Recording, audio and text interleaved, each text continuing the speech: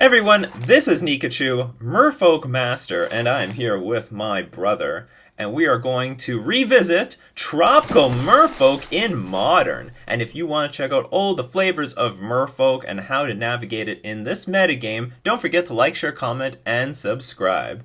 And we're just going to quickly throw a shout out to our sponsor, themanabase.com, your home base for everything Magic the Gathering.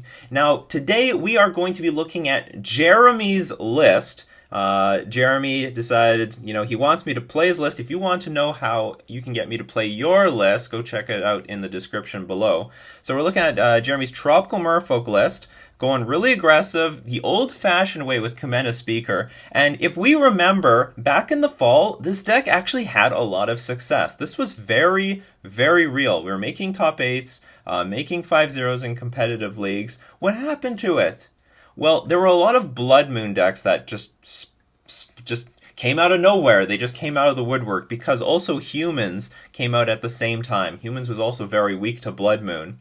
So is this worth revisiting? I think so, because I think the only prominent Blood Moon deck right now is Mardu Pyromancer, and that is a big deal, but that is also sort of a hard deck to beat in the first place, but still possible. But anyway, I think that's the only big Blood Moon deck. Ponza has receded. Blue Moon has receded. Like, we see now more blue-red Pyromancer, blue-red Thing in the Ice instead of Blue Moon. So there are less Blood Moons in the metagame. Maybe this is something that we need to revisit. And it is a pretty good idea because not only is Humans still a pretty big deck, but Spirits is coming out as well. So in order to beat these decks, we need to be bigger than them. We need to be faster, and we're going to get that with Commander Speaker. This is a 1-drop that at least can be a 3-3 on turn 2 when we put a Lord of Atlantis or Master of the Pearl Trident out in play. And it is hands down our fastest clock. We can reliably get a lot of turn 4 wins with Commander Speaker, but also reliably attack through a lot of board states because a 3-3 creature it's just way harder to kill. For Spell Pierces, I think this is just mandatory. Hits Tron, hits Control, hits enough combo decks. The name of the game these days are like artifacts, enchantments, and Planeswalkers. We have to hit Search for Azcanta. Ensnaring Bridge is out there in multitudes of decks. Worship is now actually getting played more and more often. I don't know if we're going to keep this post-board, but still, it's a possibility. And we have our normal aggressive creature suite. We've got Silvergill Adept, we have Lord of Atlantis, Master of the Pearl Trident, Merfolk. New addition, though, for this deck, Merfolk Trickster is going to help us push through even more damage than we did before.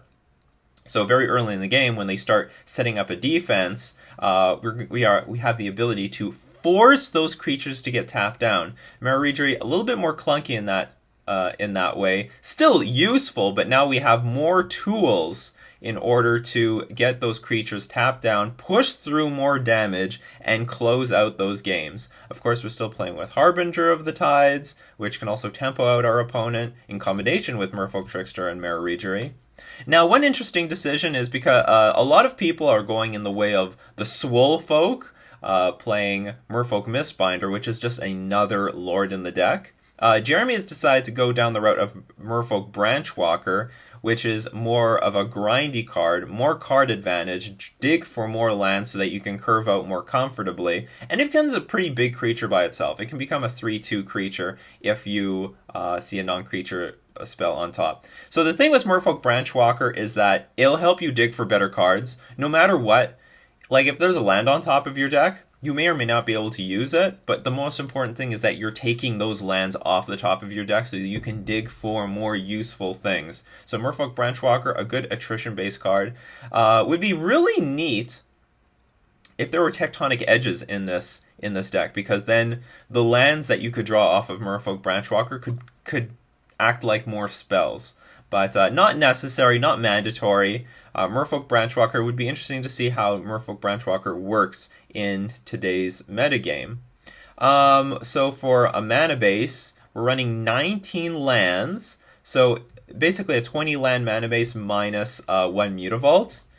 Playing with 2 Cavern of Souls and 14 blue sources, which is enough by Frank Carson's calculations, that's enough to have a blue up by turn 1. So our Spell Pierces should be live most of the time. Our Spreading Seizes should be live most of the time. And if anyone ever wonders why I have like one of each fetch land, a Misty Rainforest, a Flooded Strand, a Polluted Delta, a Scalding Tarn, it's to play around things like Pithing Needle, or even more important, Phyrexian Revoker. Or sorry, those cards, if they name... Well, okay, let's start with Pithing Needle, because this actually happens quite a bit. In the Eldrazi Tron matchup, if they see your hand with Thought-Knots here, and they see that you have, like, say, 4 Misty Rainforests, they could end up playing Pithing Needle and naming one of the Misty Rainforests. Also can happen against Lantern Control after they Inquisition you. So if you diversify your fetch lands, it's harder for them to use something like Pithing Needle to name that, or Sorcerer's Spyglass or anything like that. And it's just free. It's just free. Diversify your fetch lands, make it free, because these are all going to fetch out the same things anyway. They all fetch out the islands and the breeding pools. Now, 2 breeding pools, I like it. In the past, I was always on 1 breeding pool, but right now, Field of Ruin so popular right now, so popular, that if they just blow up your breeding pool, you have no more green mana to fetch for. So I really like the idea of 2 more breeding pool, and we don't need to be as concerned about Blood Moon as much, because I don't think there's as much Blood Moon out there. And I think we still have a decent chunk of sources. We have like 8 sources to get our islands. That's okay. Not perfect, but we'll live with that. Going on with the sideboard, Vapor Snag. Really important card right now. Really important. Worship. I'm seeing more Worship than I've ever seen in my life recently. We have to go back to Vapor Snag. So this list is not playing with Echoing Truth, so we have no way of bouncing the Worship, so we're going to have to beat Worship some other way. I like the idea of going to Vapor Snag. I'm seeing Worship out of Spirits, I'm seeing Worship out of Death and Taxes. We got to beat those people, and one way to do it is with Vapor Snag. So what you do is you get your opponent down to 1 life, and Vapor Snag isn't damage, it's a loss of life. So you just bounce a creature to their hand, and then they go to 0 life, and we win. They lose that 1 last life. So great for Vapor Snag, gonna really love it. And also it'll be good to side out like Spell Pierces for the Vapor Snags against like Spirits and Death and Taxes and stuff like that. The original list played Negate, but we're gonna squeeze in Deprive. The mana base is a smidge greedy, but not too greedy. Like Deprive is just the all-around best counterspell that we have for Merfolk right now, countering everything, and I think that is the way we want to go. So we've got 3 natural states, which is going to come in handy against Affinity. We're going to need it against maybe Mardu. I mean, we need to have a little bit of something to deal with Ensnaring Bridge. Ensnaring Bridge is in a decent chunk of decks. I mean, it's definitely going to be good against... It will be like okay against KCI. It's not perfect. It doesn't actually counter KCI itself, which is a problem because that is the key card in the deck, and anything that goes to the graveyard can get recurred. But for example, you can blow up maybe what are the name of these cards? Don't ask me. They're like mana ramping spells. You know, I like to hit like even Mox Opal. I've hit Mox Opal if I could with Natural State against KCI. Collected Company, very interesting. I don't know exactly where I'm bringing this in against, but I do like the idea that we have something for maybe like the Jund matchup or any matchup where we might want to play at instant speed. I mean, definitely a tool that we're going to bring in against control decks. I really like the idea of bringing Collected Company against control. Just an overall powerful card. And I like that it's in the sideboard. Some people have tried to propose having it in the main deck, and I found that a deck with Kumena Speaker and Collected Company seemed a little weird. I mean, I didn't playtest it super deeply. Maybe it works better than I think. But like this deck tries to go super fast, whereas Collected Company just tries to grind people out over the long term, go for one big swing.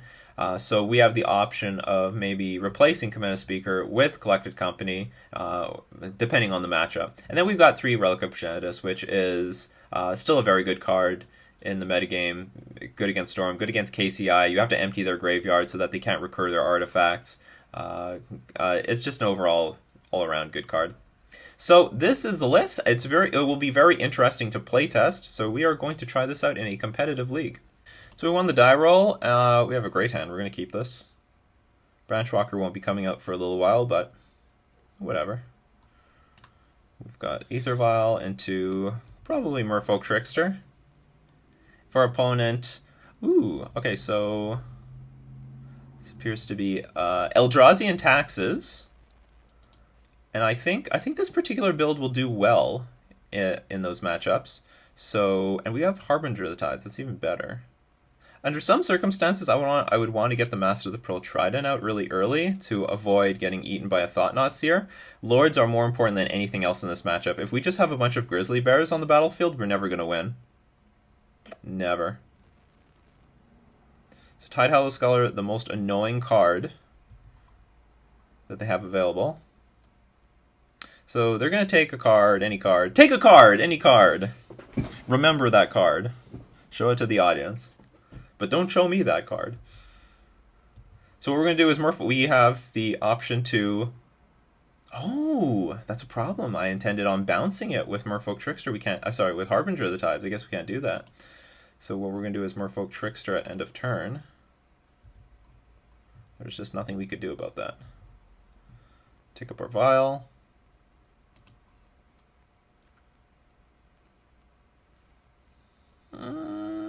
Okay, breeding pool. What to do with this? Probably nothing. Nothing important. So we'll just get in for 3. I'm going to get this Master of the Pearl Trident on the battlefield because if Thought-Knot Seer comes up next, it's not good. I'll play the breeding pool. I do not want to pay 2 life. And we'll just pass. So it's really important that when we Merfolk Trickster this thing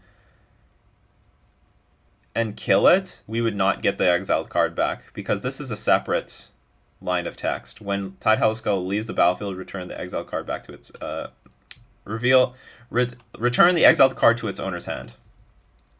Okay, so here's Leon Arbiter. Pretty good thing to see here. That is interesting. I'm willing to make this trade. I think Harbinger is actually worth a lot to us. So I'm going to put the Branchwalker in play. Because what we can do is just Merfolk Trickster something and then play Harbinger of the Tides. What was revealed? Oh, it's 3-2 immediately because of Master of the Pearl Trident. Okay, so Explore. Command a Speaker.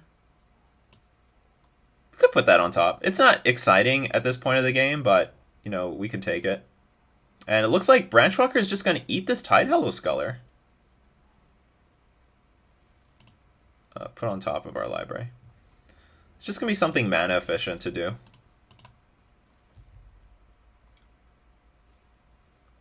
There's a Path to Exile, whatever. There it was. Yeah. Oh, I can't use the Path to Exile. Okay, what I said, they're going to trade. A bunch of stuff is going to trade. We get the Harbinger.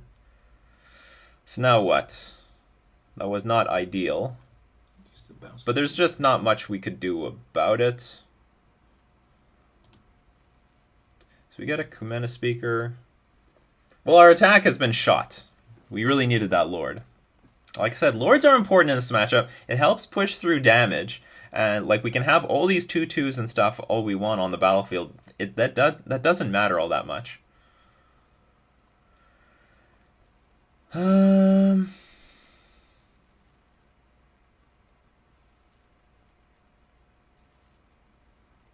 think we're just going to play the Commander Speaker. I'm just going to pass. At this point, now that I have no Lord on the battlefield, I'm going to want as many of these Lords on the battlefield. I want as many creatures on the battlefield as possible so that when we do get a Lord, that we can start pushing through a lot of damage.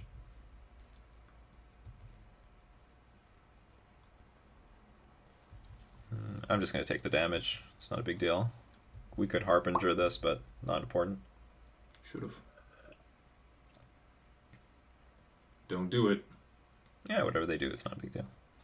Flicker Wisp.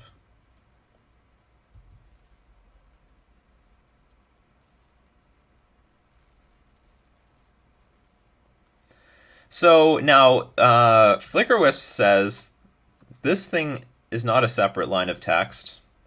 When Flicker Wisp enters the battlefield, exile another target permanent, return that permanent to the battlefield under its owner's control at the beginning of the next end step. So all those words have to happen, no matter if I Merfolk Trickster this or not. It's not. It doesn't depend on. Like, all those words are on the stack. So when I Merfolk Trickster this and bounce it, we're still going to get our Ether Vial at end of turn. And the Ether Vial isn't even important. This is a strange series of events. Yeah. I guess even better would be bouncing Leon Arbiter so that we don't get eaten up by Ghost Quarter, but whatever. Ghost Quarter is not that important. See, Flicker Wisp got our thing back. So now we actually can hit for 8, which is nice. Nice chunk of damage. It's not what we want to see at this point in the game.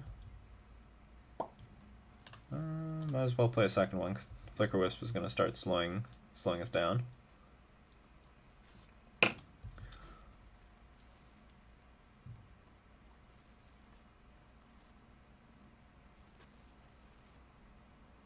Eldrazi Displacer, okay. They tap their Ghost Quarter, which is interesting because now it's vulnerable to Spreading Seas. They have the Flicker Wisp though, so it's not that big of a deal. Spreading Seas. That is useful. That is useful because we can tap down Displacer and get in for at least 6 points of damage, putting them down to 3. So let's do that. Actually, okay, we'll use the Vial because our breeding pool is vulnerable to Ghost Quarter.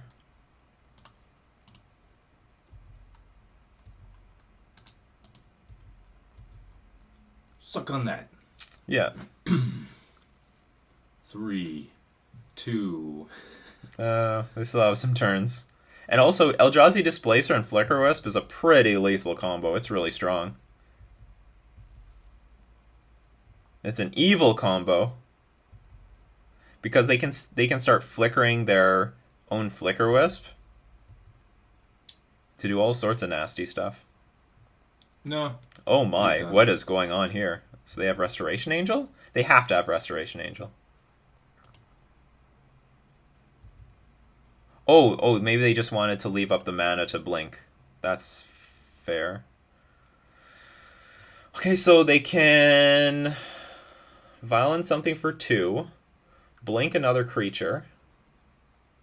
They'll probably blink Kumena Speaker. Make 2 blocks. One thing will get through. They go to 1, which means Caves of Koilos is offline for colored mana. Just swing with everything. No they reason can't not gain to. life. Well, maybe we get super blown out somehow. No. So what could they do? They could put a second creature in play. Like Thalia, maybe?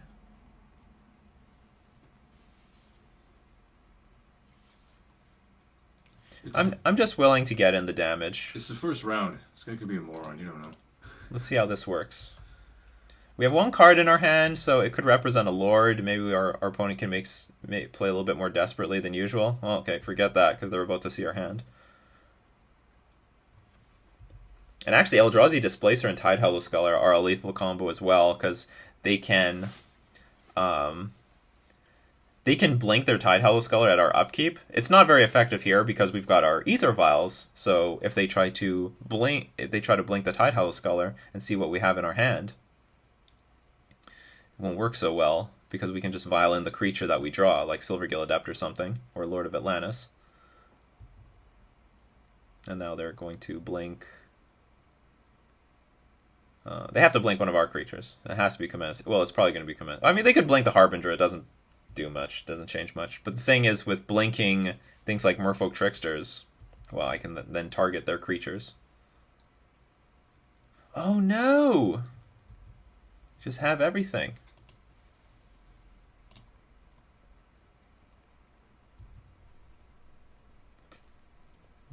Getting in the last few points of damage is going to be difficult.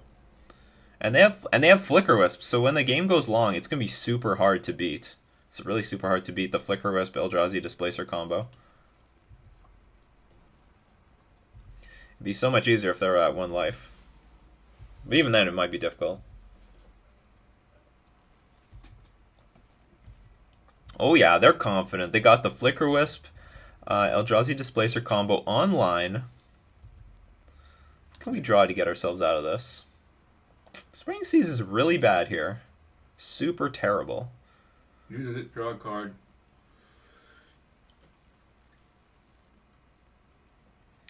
I could attack with Kumena Speaker. Use Okay, it. I'm going to attack with Kumena Speaker. If they Violin Flicker Wisp, I'm assuming they're going to blink the Kumena Speaker. They might not. Like, if they block with Flicker Wisp, I would be super happy. Oh god, that's way worse. You should have used it. What? Potentially drawn a Lord for Island Walk. No, but the problem is they're gonna Violin Flicker Wisp, and it can blink any permanent on the battlefield, or flicker it. It doesn't actually blink. So they're just gonna target the land that I target with Spreading Seas, and I don't draw a card. So what I was trying to do is attack, make them Violin Flicker Wisp, use their ability first, then try to play Spreading Seas. Even though it doesn't even matter, they've got a Ghost Quarter here. They could just blow up the land that we put a Spreading Seas on. I didn't know that Flicker Wisp would Flicker Wisp. card draw advantage. Flicker Wisp is super annoying. Okay, so what I can try to do is make them Ghost Quarter. This would not be a bad exchange if they Ghost Quartered the Caves of Koilos, because then, such a tease. They would lose all their colorless mana on Eldrazi Displacer. So maybe there's still a chance. Well, there's still not really a chance, because they still have Flicker Wisp, which can blink the Caves of Koilos.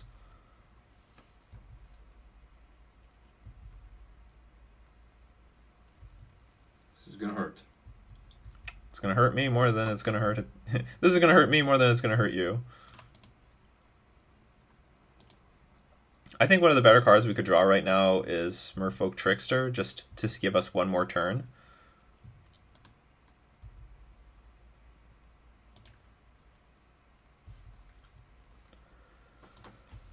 This is Island Walk, right?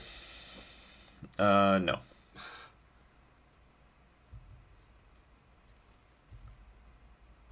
And then we should die here. They'll Violin Flicker Wisp. Oh, just billions of displacers. We can't beat these 3/3s for 3. So we're just going to make our opponent play it out, because it is possible that we have Merfolk Trickster. Or something. Anyway, we can't beat that. So moving on. So something interesting. Should we bring in Natural State? It's a one-sided effect that blows up their Ether Vial and also their Tidehallow Sculler. So something we don't want is Spell Pierce. That's for sure. Actually, something that we do want is Collected Company. That I think is going to be strong in this matchup. Just getting more cards is just good. Vapor Snag is fine. I do want Natural State probably has too few options in this matchup. Is there anything worse than Vapor Snag? Honestly, Vapor Snag, not a brilliant card in this matchup, but fine. No, I think we'll go with this. I think we have enough ways of bouncing their creatures. This hand is good. We'll keep it.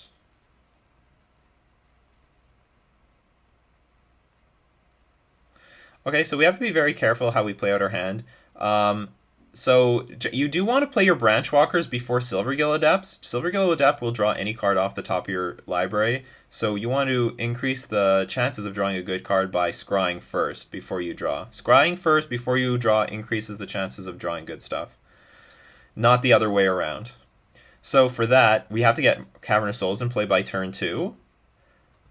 And I would love to attack with Mutavault by turn 3, because then we might want to have that option. Therefore, we have to play Cavern of Souls right now.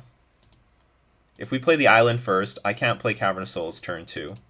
Or I can, but then I can't attack with Mutavault on turn 3.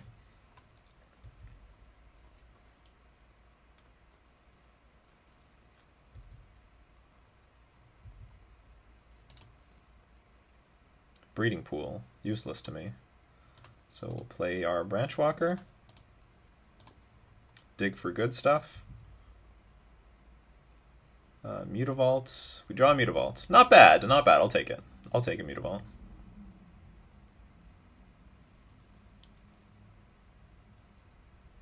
Tidehouse Scholar. I hate this card. I legit just hate this card.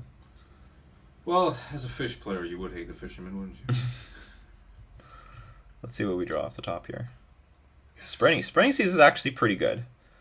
Spreading Seas is so good that I'm willing to play it because hitting their mana hurts.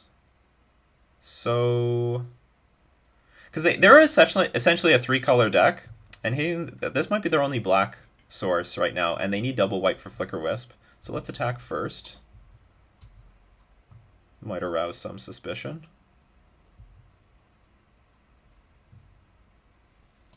Well, here's a good question. Do I Merfolk Branchwalker first, then draw with Spreading Seas? I actually think we should do that. I would just hate for another Tidehallow Scholar to hit the battlefield, but I believe that is the line that we should be taking with like I said, we got to be scrying first, drawing second. So, see, that's something we would have drawn off of Spreading Seas that we would not want to have drawn. Strategy, people. Strategy! So we'll leave the Cavern of Souls just in case we draw Kumena Speaker. We do not draw Kumena Speaker, we draw garbage.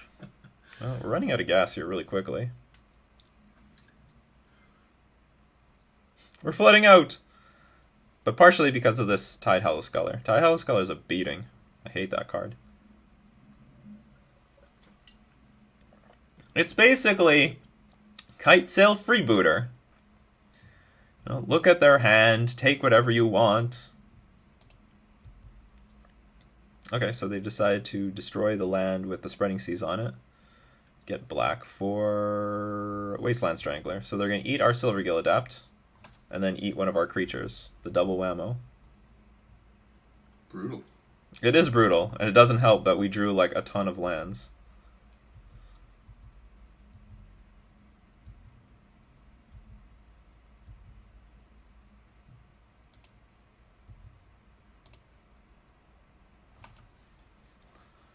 Well, this is nice.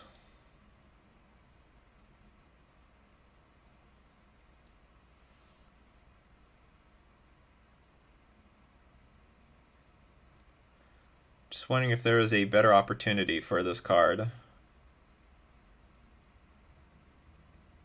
I could tap down the Wasteland Strangler, attack for 4. I would like to get more pressure going, so sure, we can do that.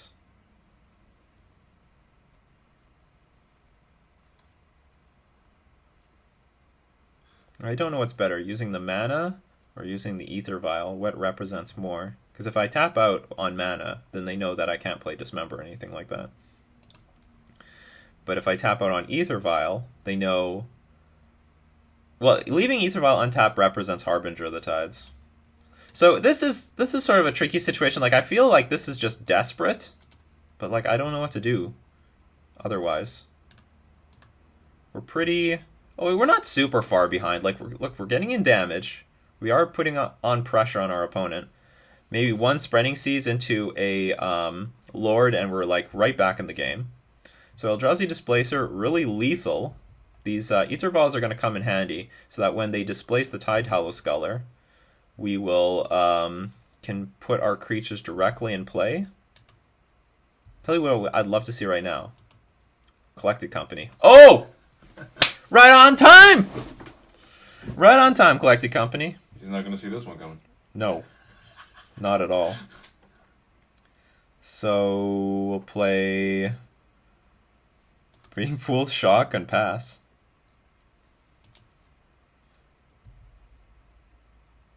I don't think we want to do it right now.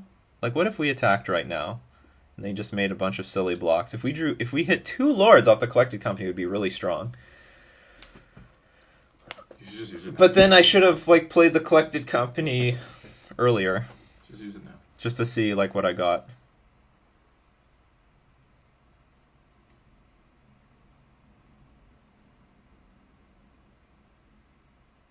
No, I'm gonna pass. I don't know what's the difference, but I'm gonna pass. If I wanted to play it, I think I had to have played it on my main phase to find out, you know, can I get 2 lands? Sure. You have a Leon Arbiter. Does not change a whole lot. Dark Confidant. Well, I remember a lot of games where my opponents killed themselves with Dark Confidant.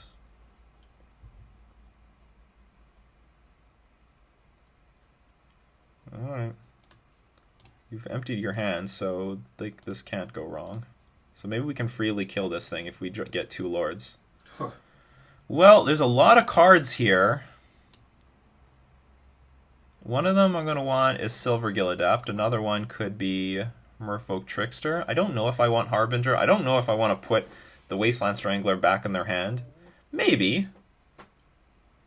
But one thing is, with Merfolk Trickster, we could tap down the Eldrazi Displacer and maybe go in for a big attack. Or an attack. So we'll definitely take the Silvergill Adept. These are just all utility creatures. The exact thing I said I don't want. I guess we'll take a Merfolk Trickster. Any order. I actually want Silvergill Adept's ability to trigger first. We'll tap down Eldrazi Displacer.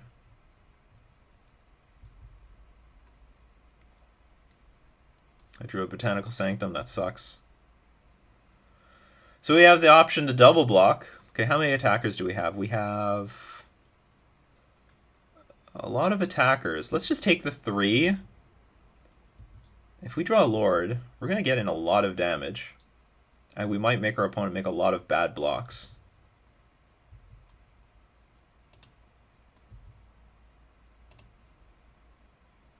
Unfortunately, we're like sort of flooding out. Well, you can animate both. You're right, I can animate both. Let's get in there. 2, 4, 6. Let's keep up the pressure.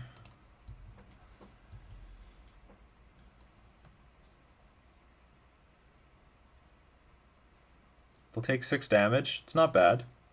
It's not bad. They'll lose their Dark Confidant, but like we need to keep putting pressure on them. We get our card back, yay.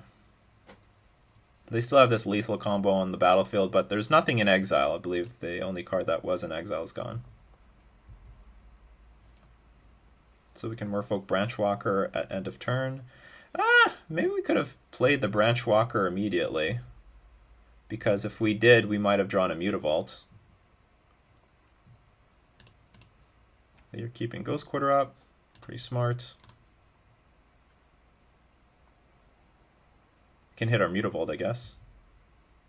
Another Botanical Sanctum. Well, it's getting rid of all those lovely lands on the top of our deck. Come on, Coco.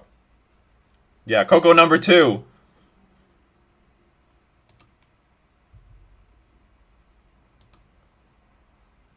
Harbinger. Been useful a turn ago. So now we cannot attack into any of this. I'm just going to pass.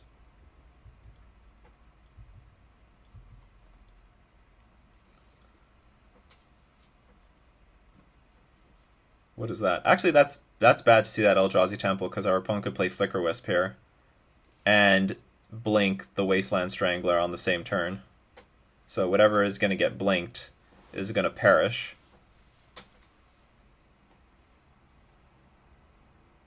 Yeah, it's gone.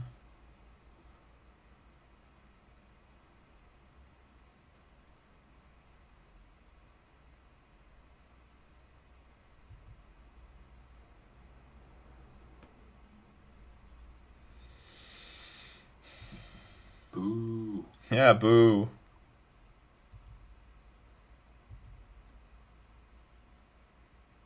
Pfft, not gonna get this thing back. So they just ate 2 of our creatures, but they're tapped out. Is it bad to bounce this thing? I guess it doesn't change anything. It just makes them use their mana, which could be a good thing. Okay, so I'm going to Vial in Harbinger of the Tides. And I'm just going to hope for Spreading Season to Lord. That's one way of winning this game, right on the spot. They're tapped out. And by bouncing their Displacer, sorry, their Wasteland Strangler, it will force them to use up their mana to maybe tap themselves out again. But we can only, I think, our only realistic way of winning this game at this point is spreading Seas into Lord. Command a Speaker, a little too small. Any Lord here would actually be fine because we would have just attacked with everything, and they would probably make some stupid blocks, or they would just make blocks that they think that they need to make, and if they don't block anything, they'd be close to dead. Or if they blocked one thing, they would take 6. Like, we're having trouble finding our Lord creatures. Even if we drew Mare Regery, that would be fine. We have enough mana to cast it.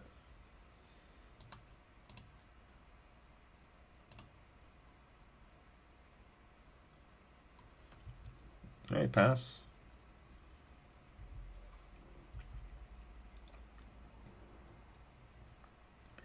Maybe that's a version of Tropical Merfolk that needs to be explored. The Swole Folk version with Collected Company. Soak up the damage. I'm gonna soak up the damage.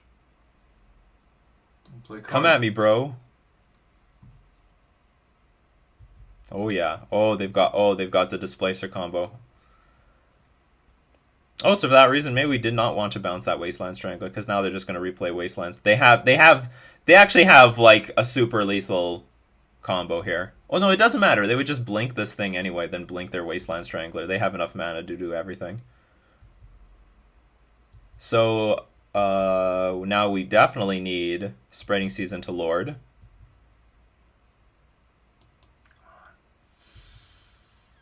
Just have a chance.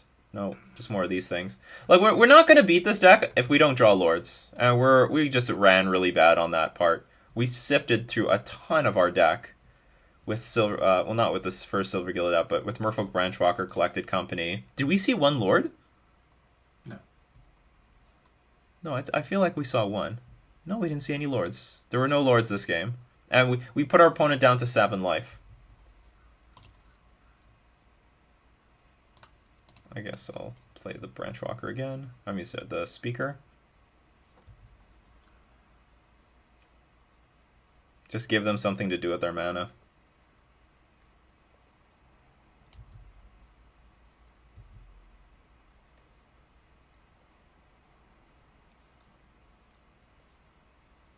And we had a lot of turns where if we like ripped a Lord off the top of our deck, it would have been great. Would have put us right back in that game.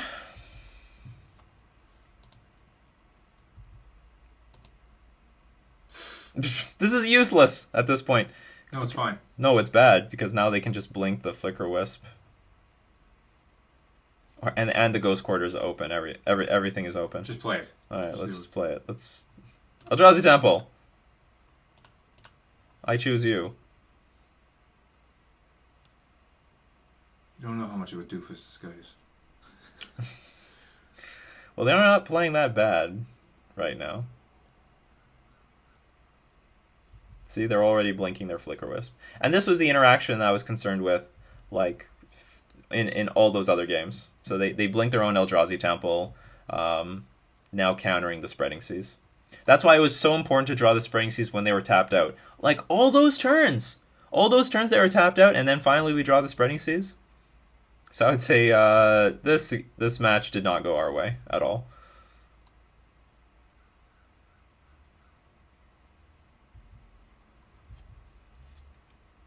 Oh yeah, tap down my Kumena Speaker. The only thing I could have done maybe differently in this game was double block a Eldrazi Displacer when I had the opportunity. But I think pushing the damage was equally important. I could be wrong. Maybe not. Yeah, so unfortunately that was not the best rollout for us, given that, you know, this has quite a bit of Lords in the deck. Enough of them. But I think this deck still has a lot of power. It had great starts, and so we'll see how it does in round 2. We won the die roll. We've got a pretty aggressive hand here. Hopefully we draw one more land, and we could roll out Speaker, Lord of Atlantis into Mare Regery, and then back it all up with Spell Pierces. So Kumena going to start off as a 1-1, but it's going to immediately become a 2-2. Pro Tour Next turn. Paul. Pro Tour Paul. I assume that's what PT means. Not to be confused with the PPTQ Paul.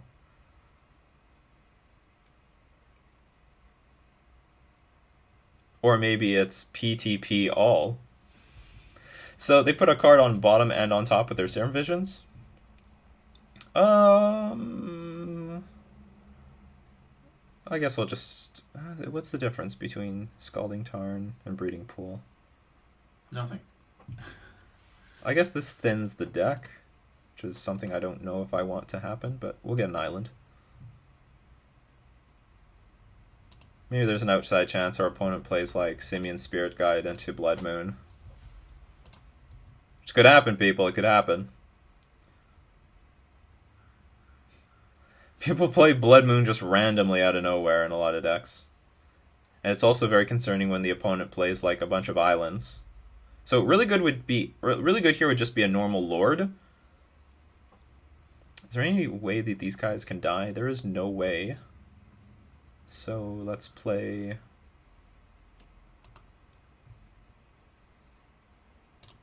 Worst thing that can happen, I think, would be Remand.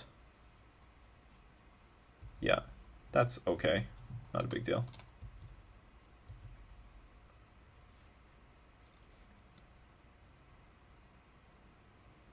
But next turn, I'm going to slam the brakes. We're going to hold up Spell Pierces for, like, whatever nonsense is about to come up. So I can't tell. Is our opponent on, like... Speed? Crack? This could be... Mono... This could be Living End. Mono Blue Living End. I'm not kidding, people. This could be Mono Blue Living End. So I'm not going to play the Maraudgery this time. We're just going to attack for 5. We'll play an Ether Vial, and we'll play a Cometa Speaker.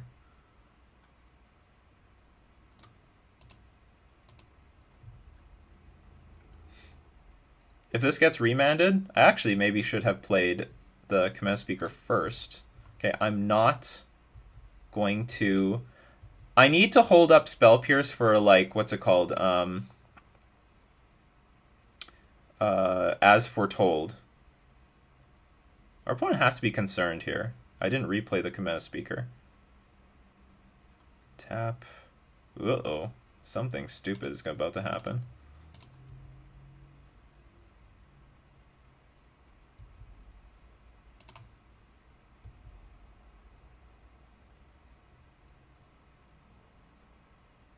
Oh, okay.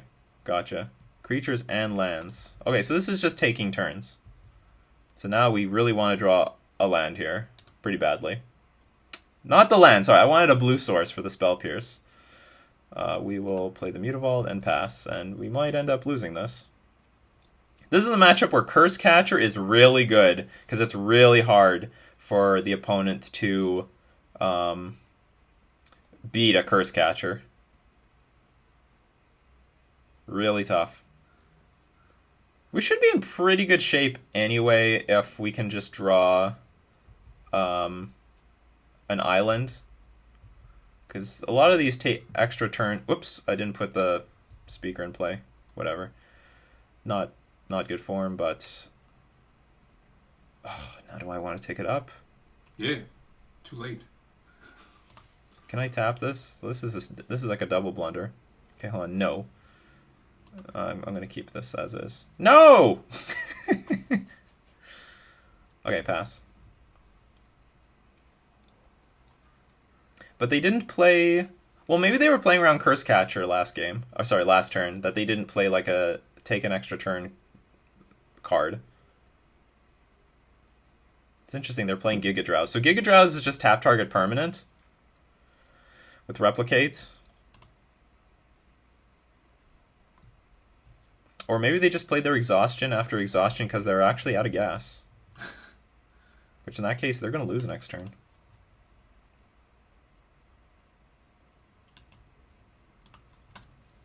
So, screwed up. But I'm going to make up for it here. We can attack. Well, you are super useless. No, it's the best. Even when he's got all islands, it's great.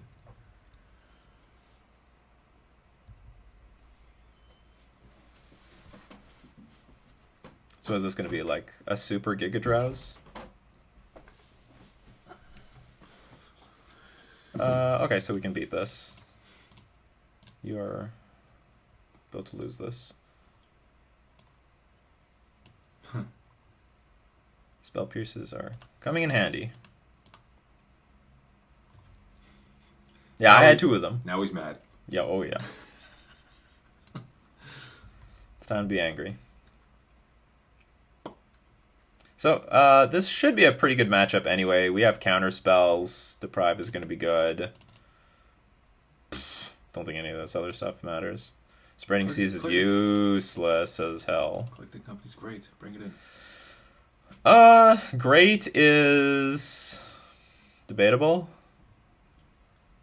But it might be better than all this other stuff. Like, I don't think Vapor Snag matters. Spreading Seas doesn't matter. Does Natural State matter? Can't remember. Look, if you brought out the Spreading Seas, you might as well bring in the Collecting Company. All of them. No, not all of them. So we just want creatures and some counter spells. That's enough to beat this deck. And Collecting Company will bring you those creatures. It will bring me those creatures. Yes, it will. Holding up a bunch of mana at the end of their turn is good. Taking turns. Taking a shot at Modern. This hand doesn't have enough mana. They don't call him Pro Tour Paul for that. So ideally what you want is they mulligan to 6. That's great. I don't think they mulligan very well. This hand is we're not gonna throw it away, but I'm not delighted about it. You want to see a hand with at least like a counter spell, Lords that can put a fast clock. We'll take as much mana as we can get. Mana is good. Other things you want to see are Ether Vial. Ether Vial is good, so we can take damage. Take as much damage as we want. Damage is not important. I don't even remember what their win condition is, to be honest. I never see it. I just don't see it. Sick burn. Things like Exhaustion are really annoying. It's like what all your cards are tapped down for X amount of turns. Yeah. So we won't fetch, so that we get as much as we can get off of this Merfolk Branchwalker. Lands, I think, are good, because after they play Exhaustion, it's really annoying. So they don't have... I guess they're going to play Giga Drowse here? They didn't remand the Branchwalker? Or what do they... Maybe they just have a slow, clunky hand. Like, the curve of their deck, super high. Super high. We can interact with it very well.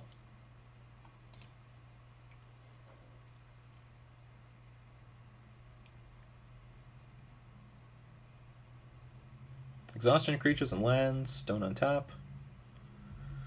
Target opponent, so not their stuff. Ooh, that's great. Whatever, I'll take it now than later. But it would have been ideal earlier, so that we can keep playing creatures from the top of our deck. We'd be playing a Silvergill Adept at end of turn.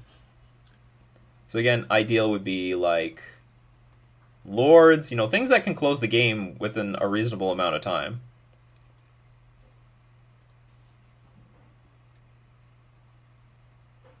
What is this?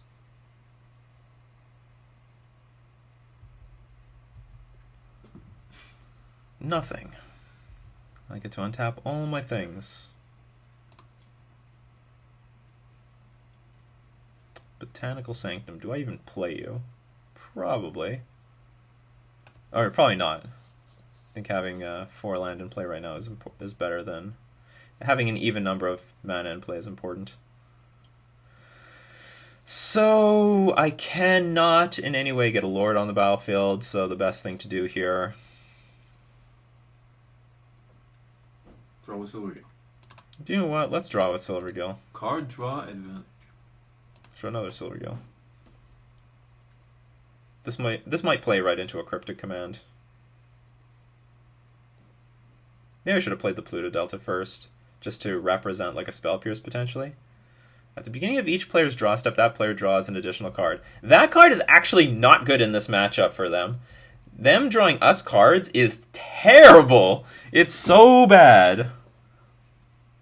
Okay, so I'm going to represent some counter magic, or if not, at least have mana open for The pain.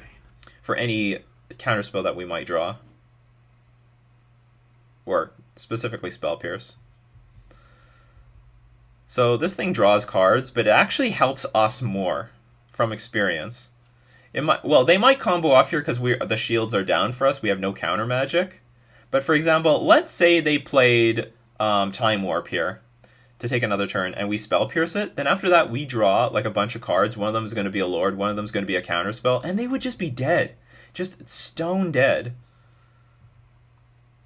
I'm not going to fetch. I want to keep drawing lands. I want to draw as many lands as I can. Okay, now we're going to draw something from Crufix.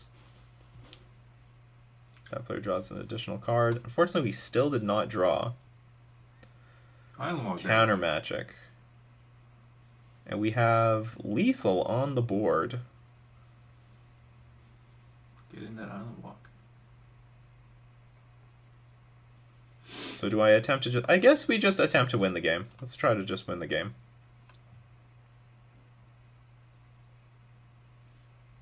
Why not try? We have an opportunity here. Like, they'll probably Cryptic Command.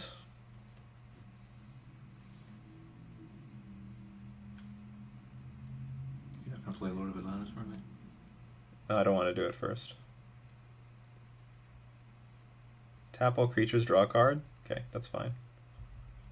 Because, like, now I can play Silvergill Adept instead. Okay, we'll play the Botanical Sanctum, and we will pass. Because drawing into any counterspell right now probably will win us the game. Like, one Spell Pierce that turn would have won us the game right then and there. So let's attempt to counter this, if we can.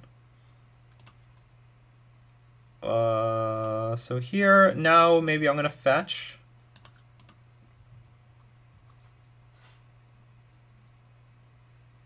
For an island. Spell Pierce or Deprive? Nope.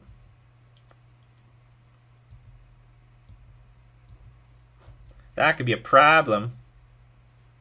Serum Ambitions. So they might go off now. Or they could whiff. Or they could whiff.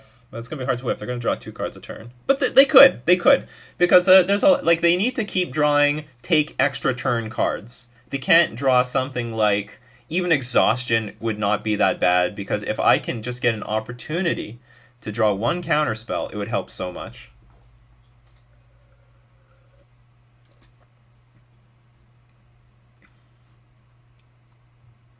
Okay. We might actually see their win condition. Search for Azcanta. Whoa, that's got to be good in this matchup.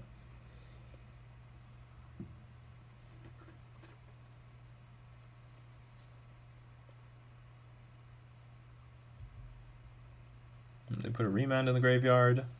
That's actually a problem, because now they can play like Time Warps with Remand backup, and they decided, no, we're not going to do that. So Nexus of Fate, that's a new card. Take an extra turn after this one. If Nexus of Fate would be put into the graveyard from anywhere, reveal Nexus of Fate and shuffle it into its owner's library instead. That's interesting. No cheating with taking extra turns. So I guess this is just a way that they never lose by decking. That's pretty cool. And they could always try to search it up with Search for Azcanta once they have enough mana.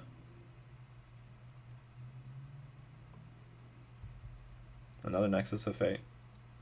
Like, as you see, like, I think it's really hard to lose to this deck. It would be really embarrassing if we do.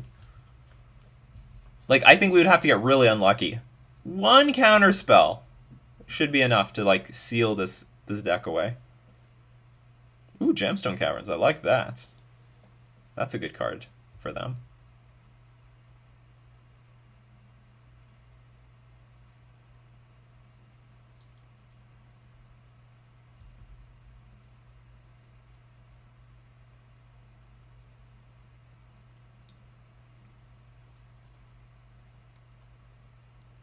Now we're just playing the waiting game. We're just waiting to lose. Or yield through this turn. Thing in the ice. Jace Bellerin. Would you like to give us some cards? Each player draws a card. That seems dangerous. So we just drew a Mutavault. If I were my opponent, I would never dare do that. Hold on, we got a turn? They passed the turn. That's interesting. Okay. So, no. On Ether Vial. Ugh, we need to draw a counterspell. We're not drawing counterspells. I mean, somehow I doubt that it matters. I bet our opponent is like super ahead on cards. So I'm going to keep the Merfolk Trickster up. Well, I guess I missed an opportunity to put a creature in play last turn. I like just assumed we would never get another turn. Did that matter? We could attack for...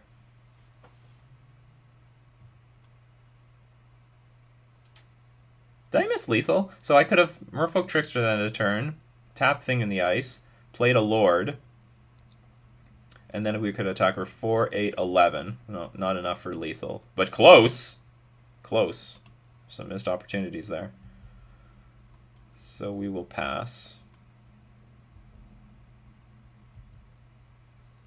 Okay, so here's the thing with Thing in the Ice.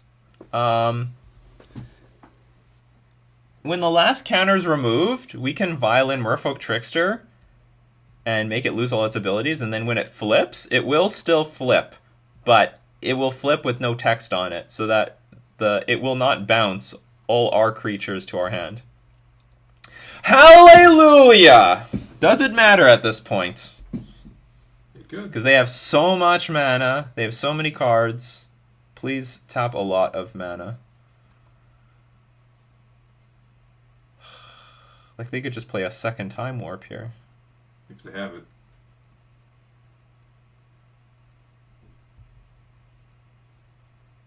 Maybe you should just use it now. I guess using it now is better than using it later. Do it. Bring Island back to my hand.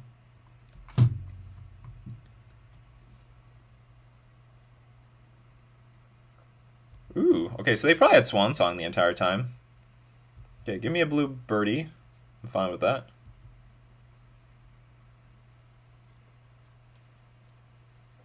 Exhaustion, okay.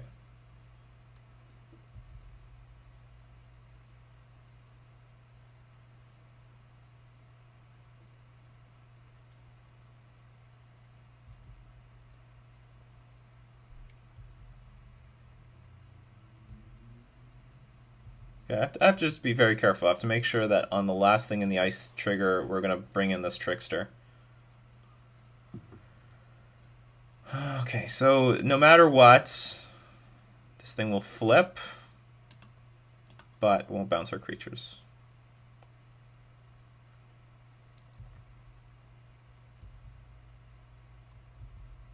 Ta-da! Important interaction for you guys to know. I bet he's like, what? What is that? How do you do that? What is this voodoo?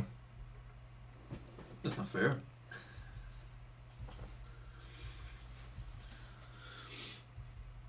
But at this point, like they're getting really low on cards in their library, so it's very likely drawing 4 cards a turn that they'll draw a Nexus of Fate every single turn. I think that's the point of the deck. Take an extra turn after this one. Hilarious. Like, their deck is so clunky. But we're not running Curse Catcher. So can I block something?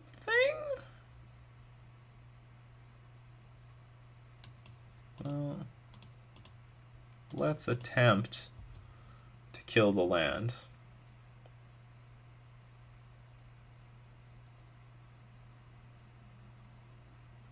I'm just hoping that, like, when we get to untap, that it's just going to be for lethal.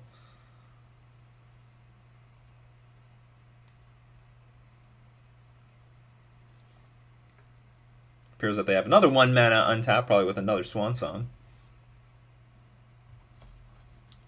All that work to get that thing out there. Oh yeah. Well, they're gonna have another turn. Sorry, they have 2 men untapped. Forgot about this Azcanta.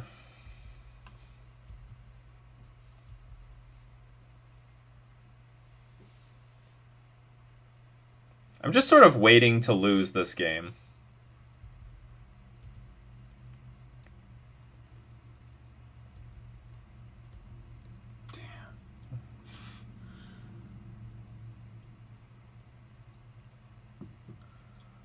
So, okay, whatever.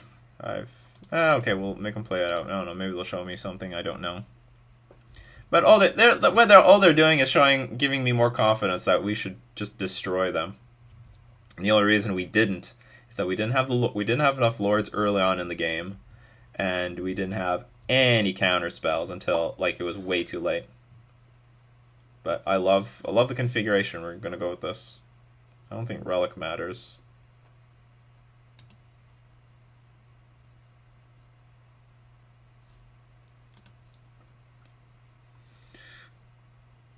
I'm cuckoo for Coco. Coco Merfolk.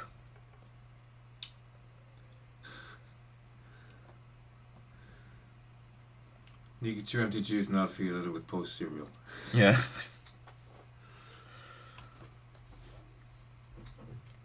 Or General Mills, or whoever the hell makes. I would say if we had Curse Catcher in this list, our odds of losing to this deck are like 5%. Maybe we have some slight chance of losing to this deck if something like exactly what happened again in that last game happens, where we don't have any no interaction and no early start either. Is this worth keeping? Silver Gill Adapt into...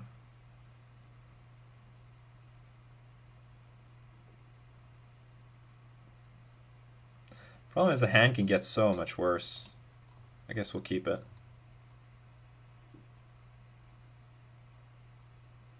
And like, even then these hands can still win.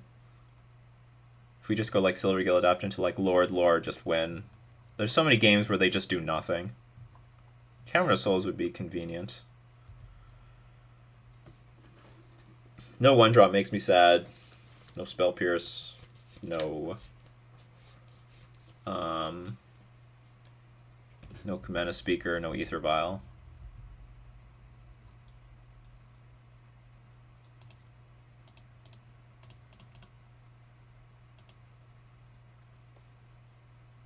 Not sure what... maybe Merfolk Trickster is the better card to show, because I'm probably going to be holding that up. Or maybe not, maybe it doesn't matter. Holding up mana might represent counterspells in some weird way. I think our opponent is about to opt. Spell Snare is definitely not a card I expect out of this deck. Mere Retreat. That is useful. Okay, that's good. That's a step in the right direction. I mean, our opponent could still play Exhaustion, but, like... Mere Retreat is good. Merfolk Trickster. So let's just hope our opponent does not have Remand. They have Remand. It's fine, because they don't get sent back to your hand, not the graveyard. But I'll tell you what, next turn we can play like just Master the Pearl Trident and hold up Merfolk Trickster. Or not.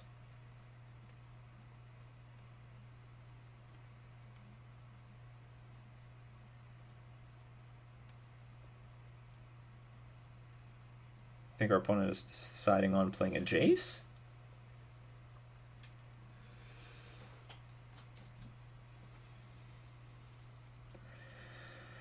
At least in my mind, anything that draws Merfolk cards is usually better for us than it is for them. But not if we have just a bunch of creatures in our hand.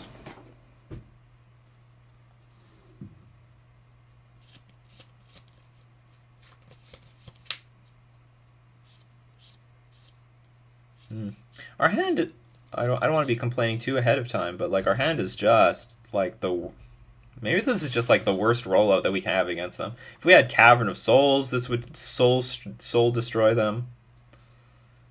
There's like so many ways for things to go wrong for them. Oh, Giga Drowse. So, the good thing with Giga Drowse is that we have Merfolk Trickster, so we can at least use the mana. So it looks like they're confused. They don't know what to do. Okay, let's play Okay, no, I'm going to play the Breeding Pool. Pay 2 life. Now I'm going to play Maridri. Sorry, I'm going to play Master of the Pearl Trident. Now I'm going to try to attack. Okay, I'm going to attack. What's up with our opponent? He likes to tap cards. I guess so. Okay, pass.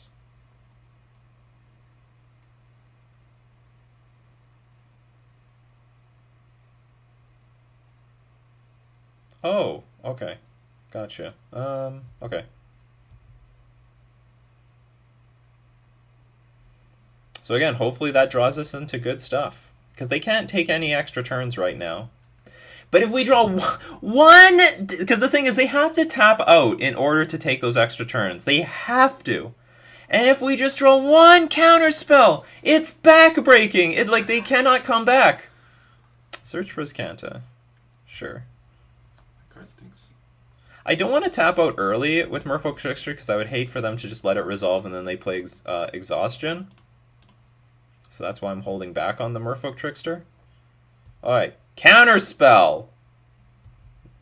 Ugh, not counterspells. Bad. No, it's bad. It's very bad. Play your Pump Lords, swing for everything. Okay, here's a good thing. If Maridri resolves, we do have the option to play Merfolk Trickster and tap something at their turn. Or can we try to win? They could Giga Drowse for 2. Could hit for 5, 10, 14. Oh, it's not lethal. That sucks. Yes, but then they... It puts them in a very dangerous spot anyway. It's all lethal.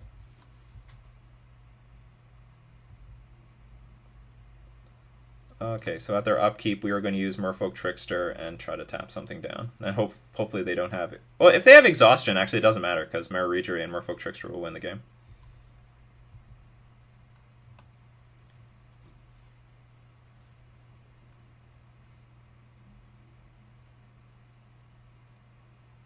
Actually, I guess this can resolve first. They don't know we're going to do something at their upkeep. Surprise! Alright, so Merfolk Trickster will tap down a land, prevent them from playing frickin' anything. We'll tap down this, I guess. So this might win by itself.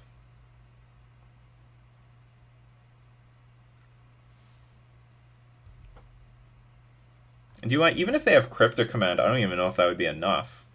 Because we can attack with Mutavault, so if they go on our turn, Cryptic, tap team, bounce Mutavault, we could probably attempt to do the same thing again with Harbinger of the Tides. Although they could play the 6th mana in order to cast their spells for the win.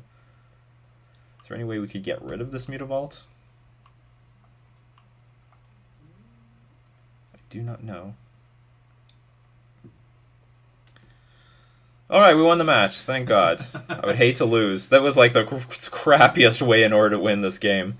I'm telling you, people, just a normal clock and one counterspell usually annihilates this deck. This is probably our best matchup. Drew the card, drew the card. Oh yeah, they love drawing cards. Because their deck is clunky. It's just full of like 7 mana, 5 mana spells. And this thing helps us. It helps us more than it helps them because we only need one card to like destroy them. Just takes one counterspell, one extra lord, and for them they need like 4 cards a turn in order to, do anything. I think I guess if they're just drawing 1 card a turn, they can't beat us, so they really need this sort of stuff. This might be enough, but I don't know. So that was round 2. Let's go on to round 3. So we won the die roll. Do you know why? Because we're playing sort of an aggro deck, and aggro always goes first. That's just how it is. That's just the dynamic of Magic. The underlying soul. The game just knows when you're trying to play an aggro deck to punish the people who are trying to defend really hard. So we'll start off with Mutavault, Aether Vial. In the event that our opponent does not draw. Or sorry, if in the event that our opponent plays something like Inquisition and takes our Silver Gill Adept, I'm going to attack with the Mutavault. And then we'll play Commander Speaker, and then after that we'll play a Lord every single turn after that. So Plains could mean... Honestly, Plains do nothing tells me more that it's Spirits than anything else. So I feel like we're up against Spirits. And I'll show them Commander Speaker, because that's what we're going to play.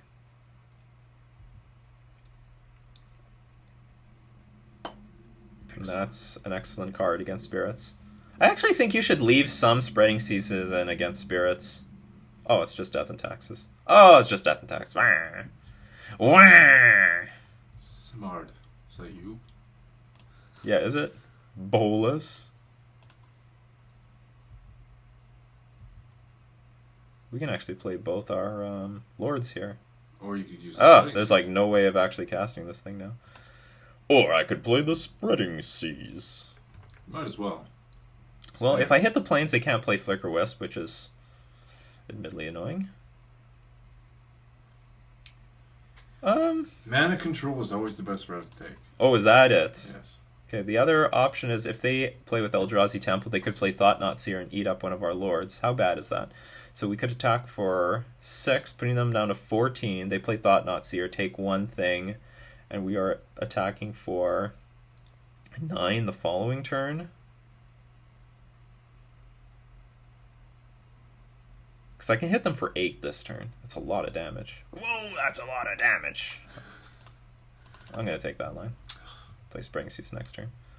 By then it'll be too late. Well, do you know what? They could just play Ghost Quarter and ruin our day anyway.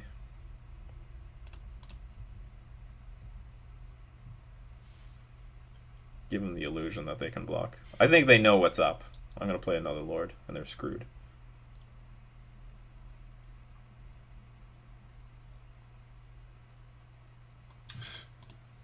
Bloxy, Bloxy.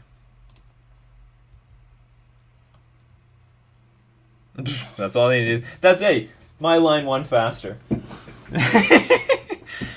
Aggro, Tropical Merfolk. Here it is. Alright, so... Bring in the Collected Company. Bring in... Yeah, we're going to bring in Collected Company. We'll bring in a Vapor Snag. We'll take out all the Spell Pierces. Actually, we might want more Vapor Snags. Is there anything I'm willing to take out, though? This is, like, fine. It's not a dinky 1-1. It's a dinky 2-2.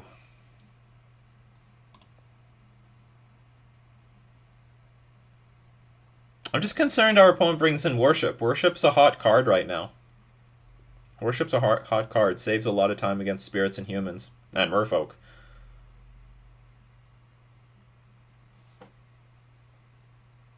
Is Collected Company the greatest way? Yeah, I think it's fine. Okay, we're going to do this. If our opponent... Okay, I'm going to take out one Commander Speaker on the draw. We'll bring one more Vapor Snag just to hedge against that stupid card. Worship. Just have something. We're on the draw, and then we'll change our minds going into game 3 if we see a Worship. If I see Worship, I'm going to bring in all the right Vapor Snags. And I would say that on the play, I would want to have all the Commander Speakers, and we might take out some Branch Walkers for those to bring back in the 4th Commander Speaker and to bring in the last Vapor Snag. But you have to be conscious of Worship. Worship is so annoying. That is so annoying. Why didn't it work for me? I played Blue-White Merfolk. I jammed a lot of crappy games with that deck. And Worship lost every game. It sometimes bought me a lot of turns, but I didn't win any of those games. So sad. Sounds great. And by great, I mean it's playable. Our opponent mulligan, that's good. Mulligan all you want.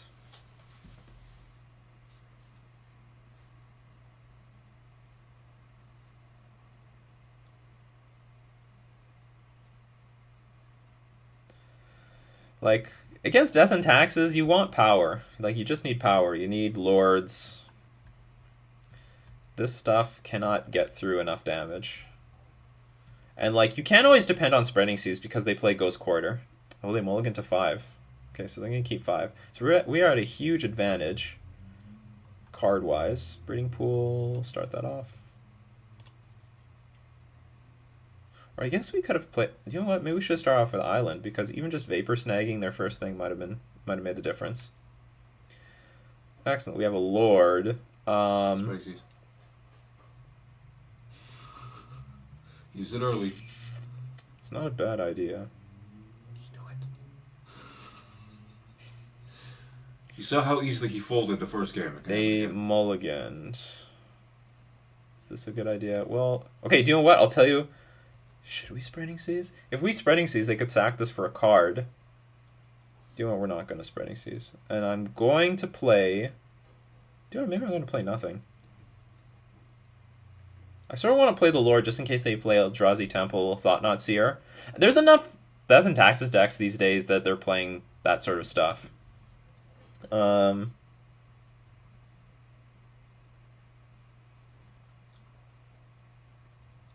Just use a Spreading Seas. Card draw advantage. Because the other option is I could play Merfolk. I can't do that. If I play it, they'll sack the Horizon Canopy. I won't draw a card. They draw a card. And, like, we have a mana... Just put it on the mute hold. Well, how... Okay, so that's a good question. We're exchanging the Spreading Seas for the Horizon Canopy. We basically steal the play if we do that. Because we don't draw a card. It's basically a Stone Rain. We have now the advantage. We actually take the tempo advantage because they had to sack their Horizon Canopy. Do you know what? I don't mind this idea. Let's play the Spreading Seas. You could also put it on the Mutavault. That I'm not going to do because I think they need their mana. So this is a very interesting decision for them. And if they had nothing to do on turn 2 here, then they may not have anything to do on turn 2 next turn. Unless they draw it in the next two cards on top of their deck. This is a very unusual situation. And our hand is relatively filled with gas. Relatively.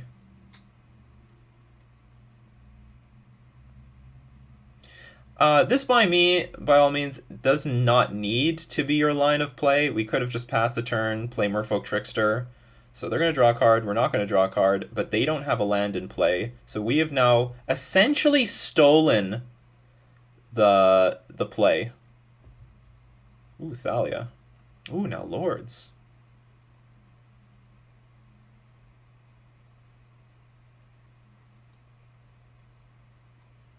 I'm just going to play Lords. Or am I? Merfolk? No, maybe I'm just going to pass the turn. Okay, let's just pass the turn. Play Merfolk Trickster. Or maybe not. Maybe I want to play the Lords. Turn off Auto Yield. I don't know what I want to do! I'm going to play Lord of Atlantis. That's what I want to do. I want to get these Lords in play before Thought Not Seers come out.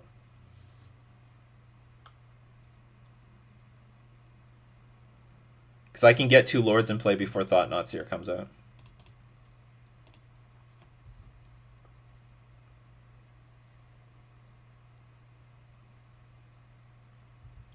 Let's see if we can take advantage of the play. Ooh, an aggro Thalia. Popping you for what, 2? Yep. Leon Arbiter. Okay, so this is a good draw.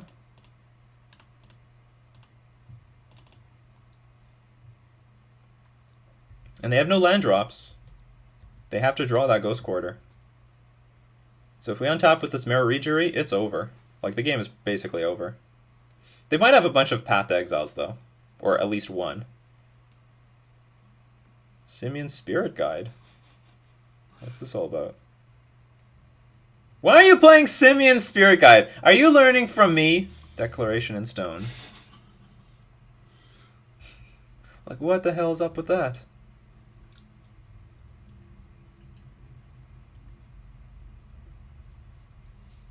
Collected Company. Yeah. Okay, so there's like we have I would love to have one more mana. Some things that we could do are things like Merfolk Trickster the Thalia to bounce the Leon Arbiter.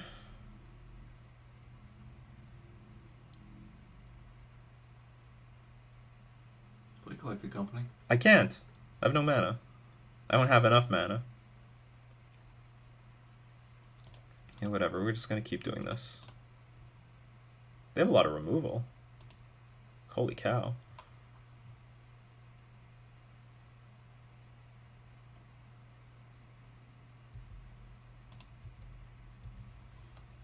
And I can't even play Collected Company yet because the Thalia's on the battlefield. So I need 5 mana. What does that clue do? I can sacrifice it for 2 mana and draw a card. If only I had extra mana. This odd number of mana is very annoying. But you know what? I bet our opponent's mana of 2 mana is really annoying. But who knows what they can do with it? They can play like Declaration and Stones and stuff. They just need 1 more mana. Well, hopefully Thalia is screwing them a little bit. Making it harder to play Worship for 5 mana. That Spreading Seas might not have been a bad idea. Let's turn this game very interesting. Oh, here comes Thalia. So that's dangerous. So I guess that means they have to have Path to Exile. Why are they holding this thing on defense? Eldrazi Displacer. I bet they had Path to Exile. Okay, so they're representing Path to Exile. Damn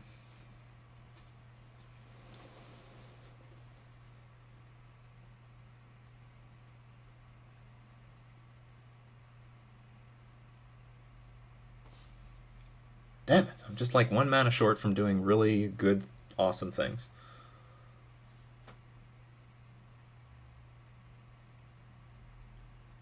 How much they can attack for? They can attack for 7-9? So I'm still far from dying.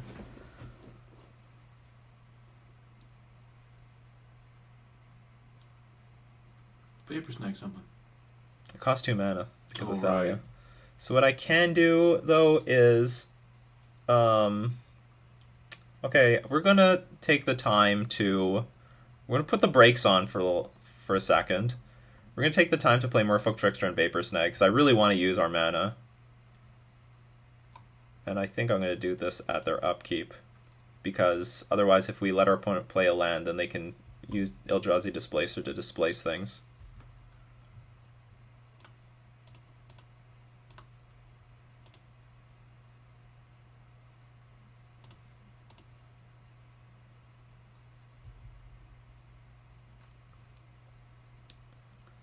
And, well, I guess the Displacer can't displace itself, so...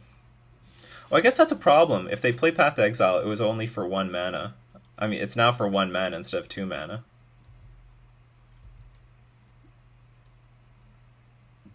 Okay, so now we'll Vapor Snag the Eldrazi Displacer.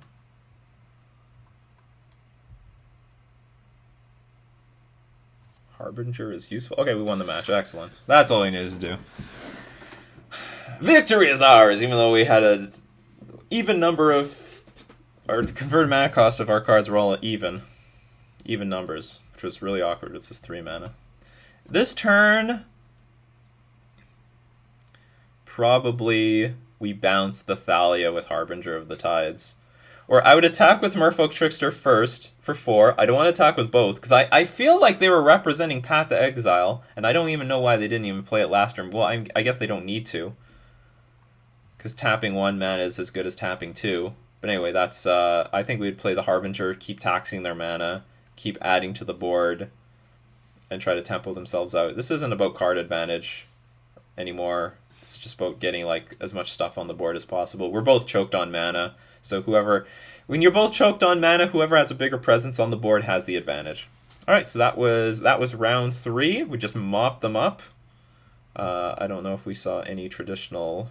Well, we saw. Oh yeah, we saw. I believe we saw Command Speaker in game 1. Play the clue. It is great.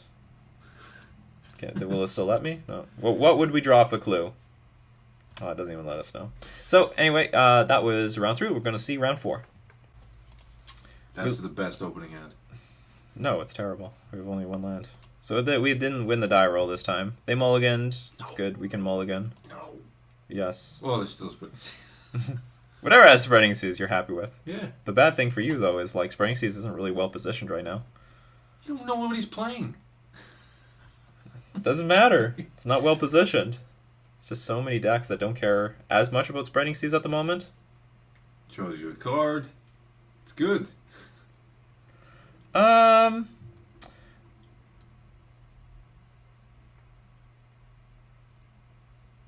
I'm going to bottom this. We do need another land for Spreading Seas, but we have Merfolk Branchwalker to eventually find gas. I think we just have too many mana sources in our hand at the moment.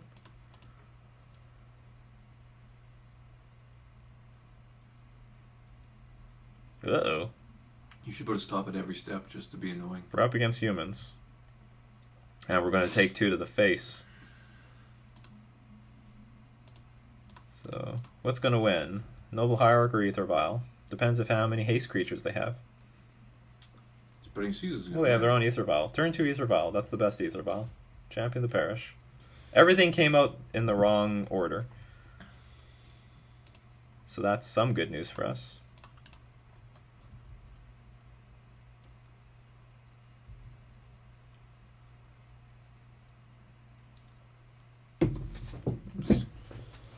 So, well, we have Aether Vial, and we got it like before they had their Aether Vial, so maybe that's going to help.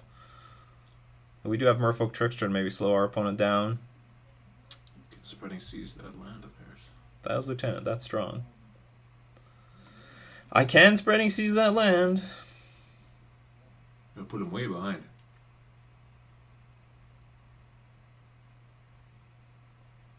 So I think the best card... Oh. Another Champion of the Parish? Another Champion of the Parish. This is going to Hoyt.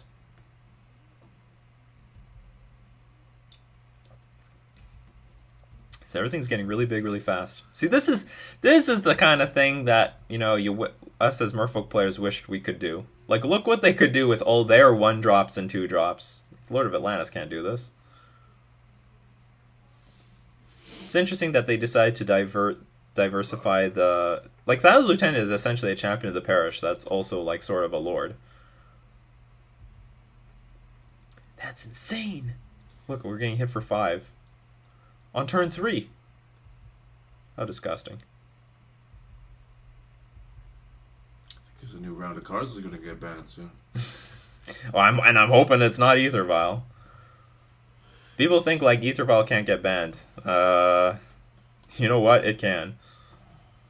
So we got Commander Speaker. It's good because we can use our mana. We're going to play Merfolk... Do I want to play Merfolk Branchwalker?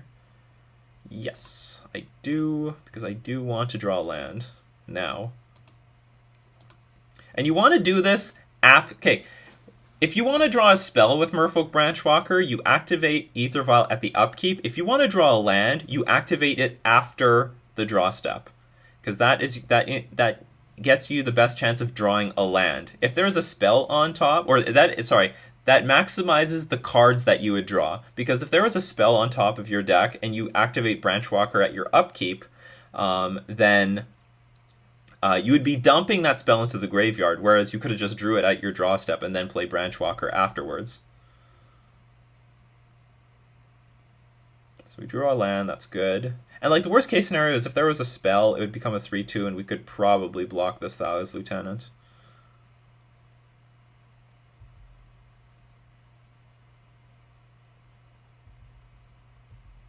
Yeah, let's see. Maybe we can muster a comeback here.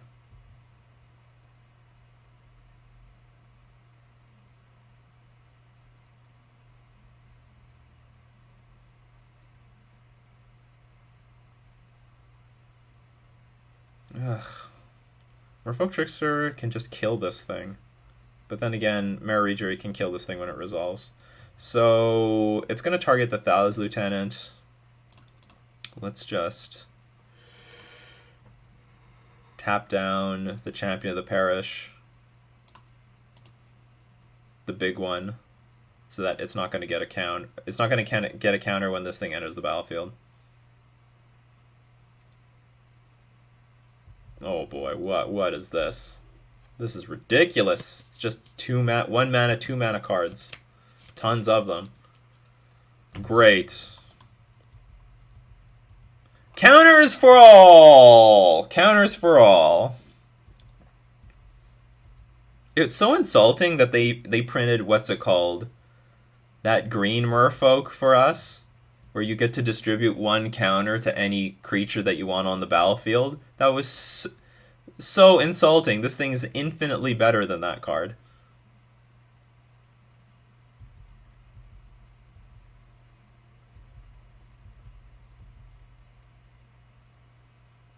Well, can't do anything about those cards. Ridiculous. You're telling me.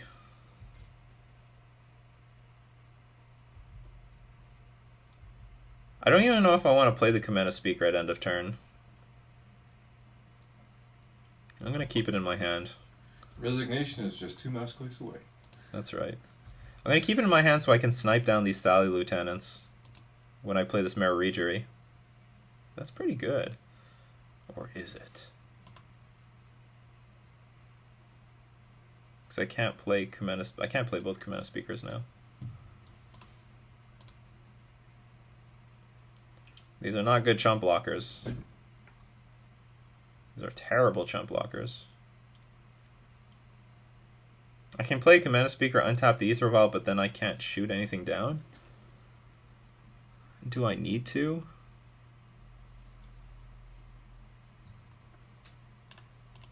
Let's just take the line that untaps the most stuff.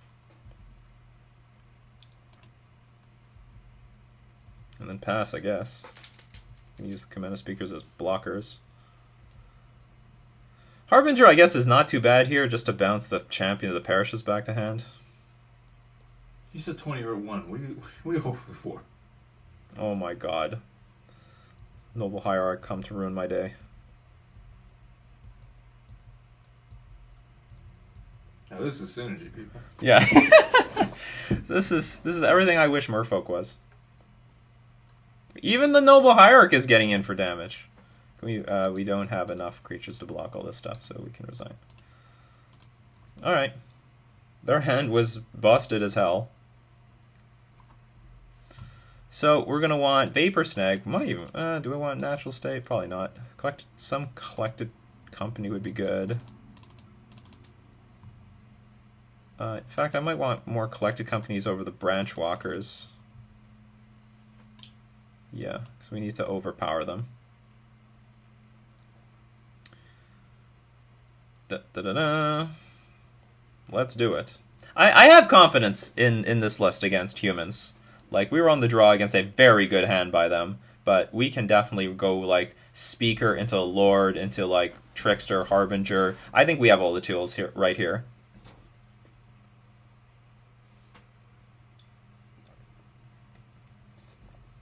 I believe we've got everything that we want right here.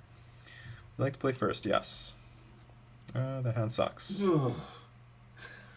This hand is better.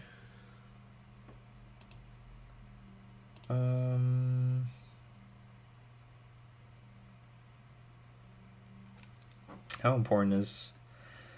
It's funny, like, if I put all these lands on top, then it defeats the purpose of the Aether Vial. I'm going to put it on the bottom. That might be a mistake, because we do need a third land for Merfolk. But, like, okay, if we draw lands, great. If we don't draw lands, great. Because we've got the Aether Vial, right? Right? They have their own Aether Vial.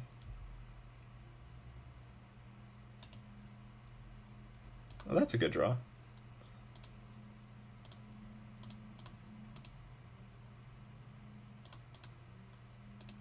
And we'll show... I do want to show a Lord. I sort of don't want to show how aggressive we're going to be. Merfolk. See? Drawing creatures, great. Who cares? It's all good. Give me all the creatures you can get. Send me your creatures!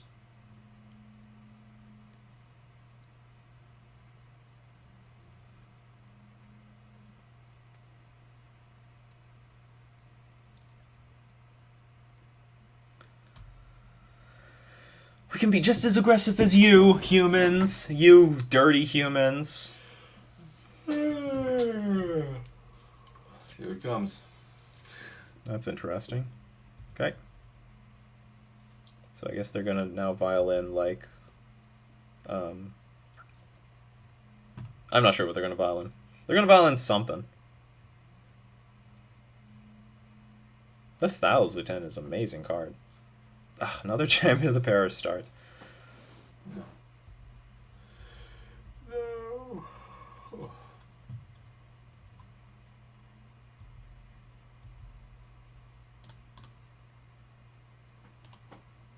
Speaker.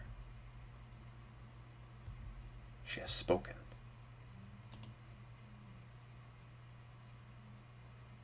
Well, we got Flooded Strands, so let's play it. Ooh, do I want Breeding Pool? You know what, we're going to save ourselves some life. Because there's some chance we could draw, for example, Collected Company. And we'd really need that green mana, but I want to be very conservative with our life total, if I can. So now we'll attack with these clowns. And unfortunately, you know what? They know about the Lord of Atlantis, so they know they can't make any profitable double block. So I could press for 8 right now. Do you know what? Let's do that. Let's just press for 8. Aggro. And then next turn, we can play Merfolk Trickster, hardcast it, and tap down 2 creatures that are in the way, and we probably win. Unless they're going to like play a bunch of creatures and hold them all on defense. Like, there's no way they can hit us for 19 damage here. That is not happening. Just wait and see. Just wait and see. Well, I've gotten hit in the face for a lot before. It involved a lot of Mantis Riders and a few Thales Lieutenants being played on the same turn, but still, it's too much. So we can use this Merfolk Trickster to tap something down with Mirror Regery and also tap it down with the Trickster ability. Mantis Rider, I don't care. Bring on your Mantis Riders.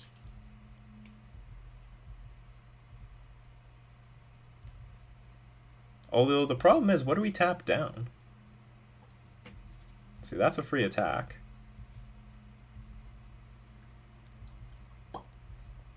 Because Mantis Rider can trade with the Mirror Regery. So if we draw Lord, we're golden.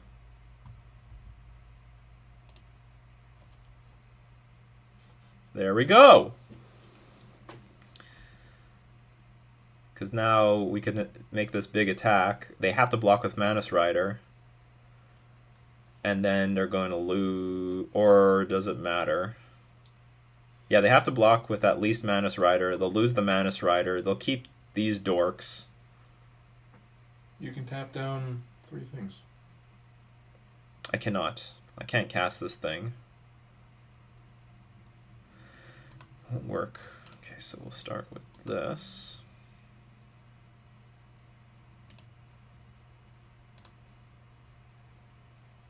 Do I want to force them to block with any of these things? Guess not.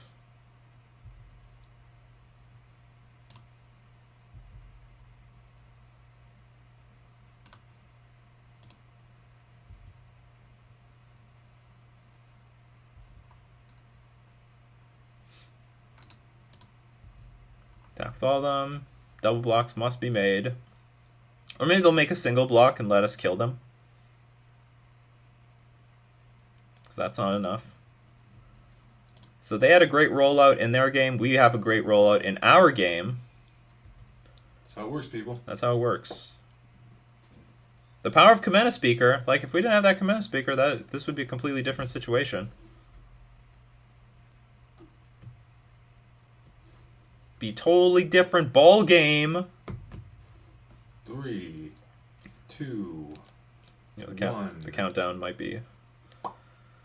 They have 3 cards in their hand. If they put all 3 cards on the battlefield, it still doesn't block everything. Oh, I guess if they have 1 Reflector Mage, they can bounce the Mirror Regery, but then I can just put it back in play with the Aether Vial. Okay, no. If they could empty their hand somehow and have Reflector Mage bounce something, that might do something, but no. I'm sure they did have Reflector Mage, and they're like, can I get out of this? Nah. It's so tempting to bring this in, but it doesn't destroy anything else. Okay, we're going to keep this as it is.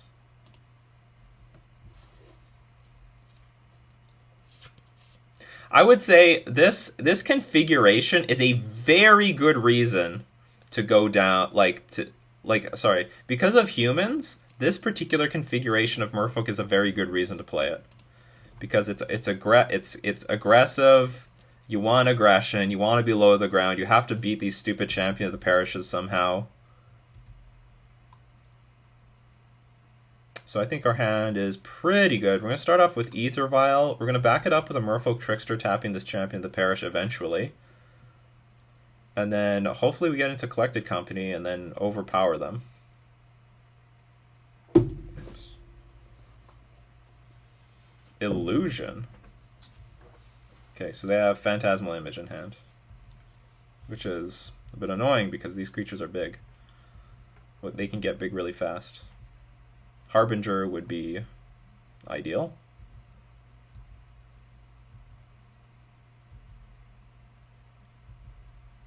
Or maybe we're just going to get hit in the face for a lot of damage. I'm going to... Ooh, that's a good one. That is a good one. How to roll out that bad boy, though. How to roll out that bad boy. Okay, so if they play Phantasmal Image, copying Thou's Lieutenant, I'm just going to get hit for a ton of damage. I'm going to use the Merfolk Trickster to kill the Illusion Thou's Lieutenant. And then somewhere down next turn, I'm going to Vapor Snag this Champion of the Parish back to hand. Yeah. That's a lot of damage! Have you seen that meme? No.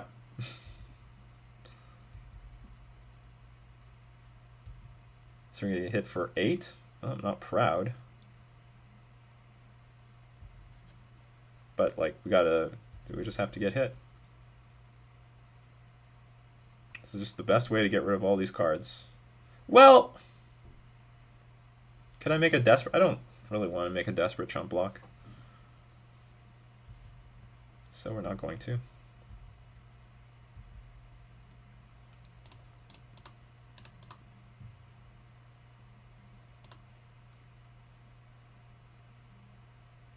Well, you know what I could have done? I could have bounced the Champion of the Parish. That would have saved a lot of life.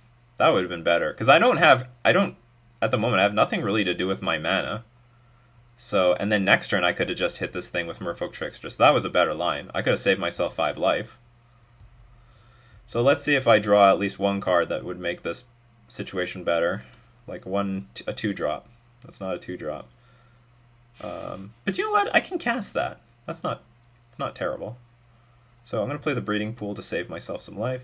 Pay 2 life. No, do not. Play this. And maybe we can go in for a surprise chump block. Against a Thou's Lieutenant. What you going to snag? I'm going to do it on their turn. I'm going to let them play their creatures. And then hopefully we can stabilize the board. But it's nice to be at a higher life total, because you never know when they're going to play Mantis Rider. And then just start hitting us in the... And then they'll be saying, alright, you've got, 3 turns to live!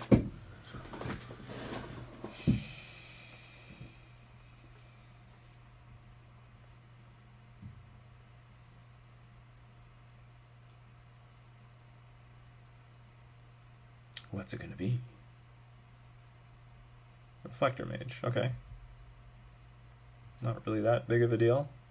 Well, it's a deal.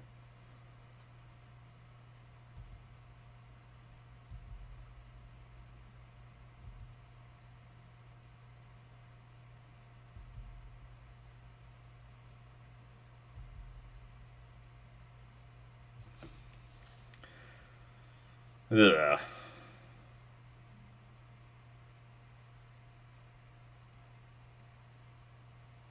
If I play Lord of Atlantis, it will trade with we'll trade 2 creatures with this Thou's Lieutenant. I think with this is just the route we have to go down. Because we can't take any more. I don't think we can take any more damage. Well, we could take 4 more damage. Ugh. Is that worth it? Maybe. But after we bounce this Champion of the Parish, they'll replay it. Thou's Lieutenant will be a 5/5. How do we win? How do we win this game?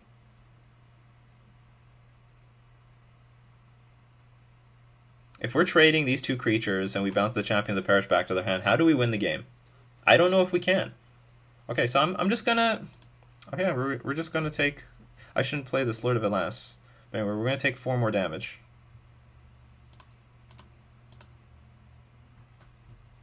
We'll go to 5. We're going to live dangerously. We're super dead to a Mantis Rider. Or even to a Kitesail Freebooter.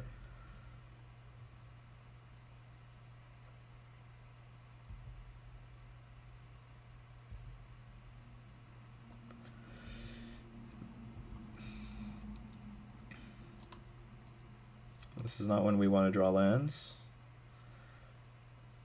So... Good question. When do we play this Collected Company? Right now.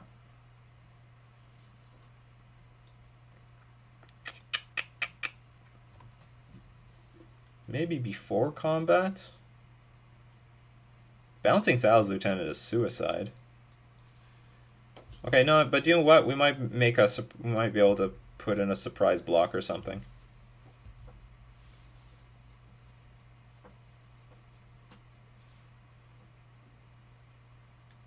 Fortunately, bouncing any of these creatures to our hand doesn't matter because we're just going to play Ether Vial. Okay. It's the Militia Burglar. Great synergy with the deck. So it triggers everything and looks for more humans to play. And it has Vigilance. And it's a 2/3 card. This thing's ridiculous! This thing might as well be a rare. Found another Militia Burglar. People are asking me to play this in Merfolk. You can find a lot of Merfolk. You can find any creature card in the top 4. Oh boy, here comes Phantasmal Image.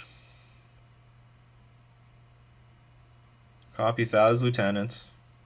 See, this is why Phantasmal Image is good in this deck. It has permanent effects. Permanent, like it could copy Reflector Mage, get some value. Whereas in Merfolk, nothing is permanent. That was the time. I don't know. If I want to get Merfolk Trickster, now is the time. I'm just going to let them attack. Maybe we can get some good surprise block in.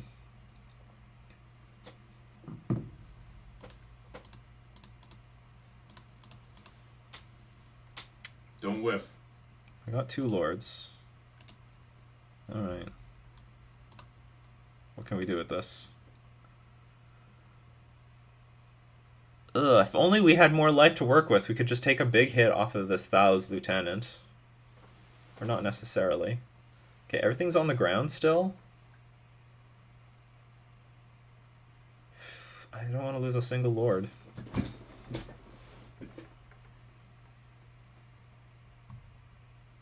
Well, I can chump block Thou's Lieutenant, block one of these things with Lord of Atlantis. And then if we rip Spreading Seas, we win. So I guess that's the line we're going to take. We're going to take 4. If only we had a little bit more life to give. So if we rip Spreading Seas, we win this game. Now you want Spreading Seas. Now I want Spreading Seas. Show me Spreading Seas. We can Spreading Seas, activate Mutavault, attack for 17. Show me Spreading Seas! Come on. Not bad. Not bad. We'll take it. Not bad at all.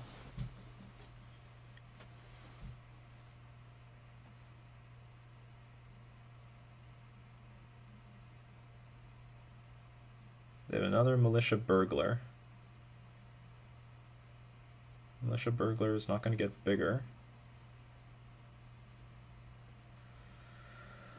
So I can attack with this Mutavault for 5. They don't have any good blocks. And I can play Harbinger, bounce Thou's Lieutenant, or bounce Champion of the Parish, or yeah, bounce Thou's Lieutenant, block the Champion of the Parish. And we have a Kumena Speaker that can block as well. Alright, let's start getting in for some damage!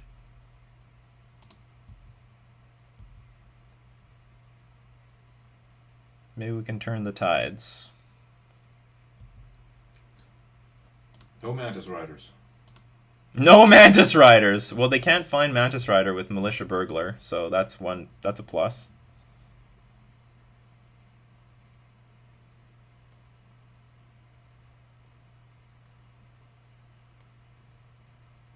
Okay, there's Militia Burglar.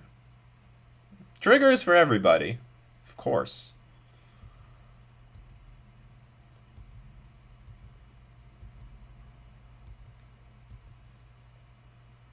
So far, everything can block things. Whiff! That'd be amazing.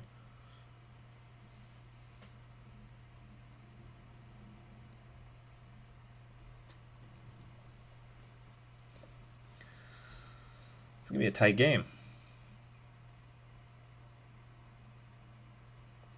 Another Militia Burglar. Do you have a land to play it? You have to have something in your hand.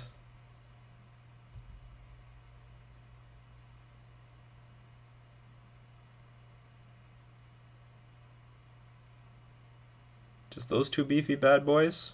Ooh, another beefy bad boy. So this is representing Dismember to me, that they would want to attack with the Militia Burglar when we obviously can block it. So we can bounce Thou's. Okay, we're definitely bouncing Thou's Lieutenant. Without a doubt. Can't take any more damage from this stupid thing. He's themed. Good. Ooh, how does it feel? How does it feel? So you dismember a Master of the Pearl Trident. Is there anything... Okay, I guess the best way to mitigate against this is block like so. And if you dismember one thing... Okay. We're still going to trade with the Militia Burglar. You take 4 life, you go to 8, and you're still dead to a Spreading Seas. Nothing? Okay, maybe they want damage to go first? So what does this mean? If you play Thou's Lieutenant... I mean, we're in position to win. Because we're going to attack with everything. They're going to have an empty hand. It's completely tapped out. Yeah, this is great. We can attack with everything. There's no first strike here. They have to make bad... Well, they'll make... Whoa! What do we have here? The victory! That's what we have here. Merfolk Trickster. Let's just ping off this phantasmal image. You're a fake! You're a fake! You're a phony! You're a phony. You phony. Draw more perfect, please. Shut the hell up, you stupid human player. You disgust me. You all disgust me. Merfolk still has what it takes. Command a speaker, the only way it could be done. And I think we should also give some credit to Collected Company that found the Lords that was able to bring us back into this game. Absolutely. Love and that salt. Love the salt. I hope I remember to edit that in. Everyone's gonna see the salt. We earned that salt. We earned it. So that was round 4 with Tropical Merfolk. Let's just try one more for round 5. So we're here for our last round. This hand is a bit underwhelming, but I'm gonna treat it like a 6-card hand, like as if we don't have one of these vials. I'm gonna keep it. It's just a lot of mana sources, but we have a Silver Gill Adapt and Mutavault and Mara Rejury, so I think that's enough to keep the hand, especially on the draw. You don't have to worry about drawing any hate spells for this game. Noble Hierarch. So, well, Misty Rainforest into Noble Hierarch could mean... Elves. No, this is not an elf. Could mean Infect, could mean... what's that archetype? It's on the tip of my tongue. Nightfall. It's not Band Company.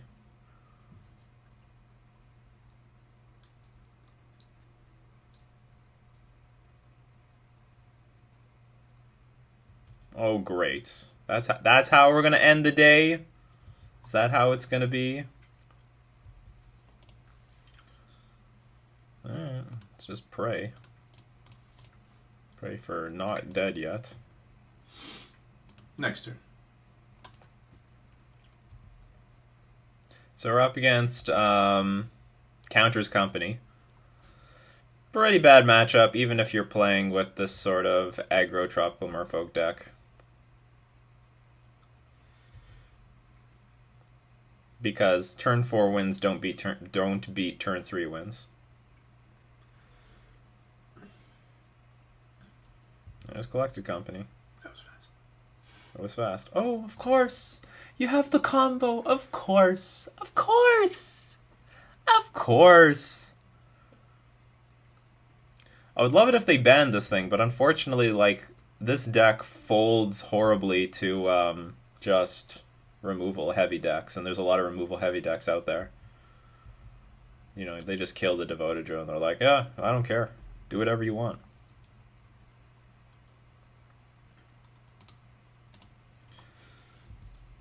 So, we have a hard time against this sort of deck, but there's a lot of decks that just smash this damn thing. So still has trouble getting off the ground. Like, it doesn't have any really great results, but, you know, there's just people who want to play this damn thing. Of course, you can just jam this combo in a lot of decks. Alright, does Watch Recruiter. So they just have everything. I don't know if the sideboard has anything for this matchup. But we'll see. Richard Garfield, is this really what you envisioned? I don't know. Somebody show him a video of this. Richard Garfield, do something! Do something about this. I'll tell you who should do something. Like, Wizards should be doing something about this. You know, originally Modern was supposed to be a turn 4 format, no turn 3 wins. And there's tons of turn 3 wins! They're all over the damn place! They are everywhere! Merfolk has no turn 3 wins.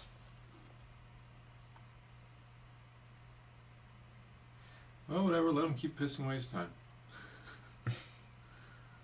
I'm just doing this because I want to see the win condition. I mean, I know they've won, so how are you going to win? Is it going to be through Ronus? Is it going to be through Walking Ballista? Looks like they're preparing for just a Walking Ballista right now. I guess they played the Duskwatch Recruiter just to encourage me to... No, they're not playing a Walking Ballista yet. Ballista for 1,000. Yield through this turn.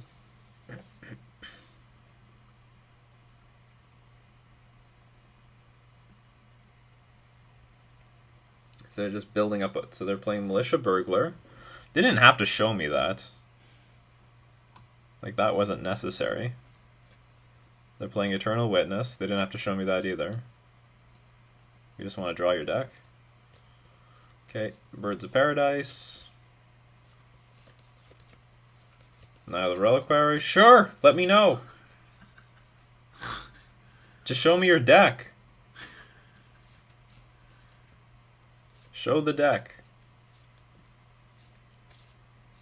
You know, even after they show me the win condition, I'm not going to resign.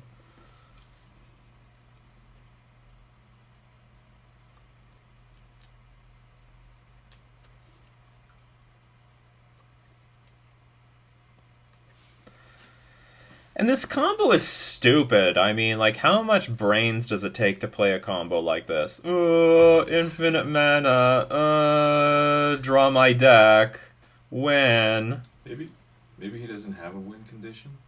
He's just hoping that when he starts the green mana combo, his opponent will just get scared. He's like, oh, forget it, I lost. Do you know what? This actually happened in a real tournament. Well, okay, so Luis Scott Vargas was playing in a vintage tournament, and he was supposed to put... he was playing a sort of deck where he was supposed to grab his win condition from his sideboard. There's like a card to go into his sideboard to get the win condition. And then when he was assembling his sideboard, he was like, there's only 14 cards here. Do you know what? I could put this really cool spicy card in. And then after he registered the deck and started playing in the tournament, he realized, oh my god, that one extra card slot, that was my win condition. I'm playing a deck that literally can't win. So what he did, but he still made top 8 because the deck was in such a way that, you know, he would get this sort of position on the board, and then he sort of look at his opponent, hey, like, you know, I got it, right? Let's go on to the next game. And so he was able to pull that off until the top 8, and then they chopped it up. They chopped it all up. That is ridiculous. Yeah. Oh my god. He only realized like halfway through the tournament that he had no win condition in his deck, and he had to be really quiet about this. So, you know, because once this sort of thing happens, people don't want to waste time, and then he had a deck that, you know, did this sort of did something like this. So, you know, like, hey, I got it in the bag, right? Let's go on. Let's move. Let's get going. Jeez. So that was an entertaining story. Crazy. Okay, so he does show the Walking Ballista. Walking Ballista has been revealed by the opponent. This guy's probably pretty annoyed. Like, come on. Resign already. I don't have to do anything. I'm going to waste your energy. Look how much time we've burned off their clock. Not bad. 6 minutes? That's great. So the next time... So we need to get the next game to go about like more than 20, about 13 minutes long. If the next game goes 13 minutes long, then we have a chance of clocking our opponent if they get the infinite mana combo again. Yeah. You're gonna have to do it. One at a time. Not resigning. Let's turn off auto yields. We're gonna activate our Ether Vial in response to the last one.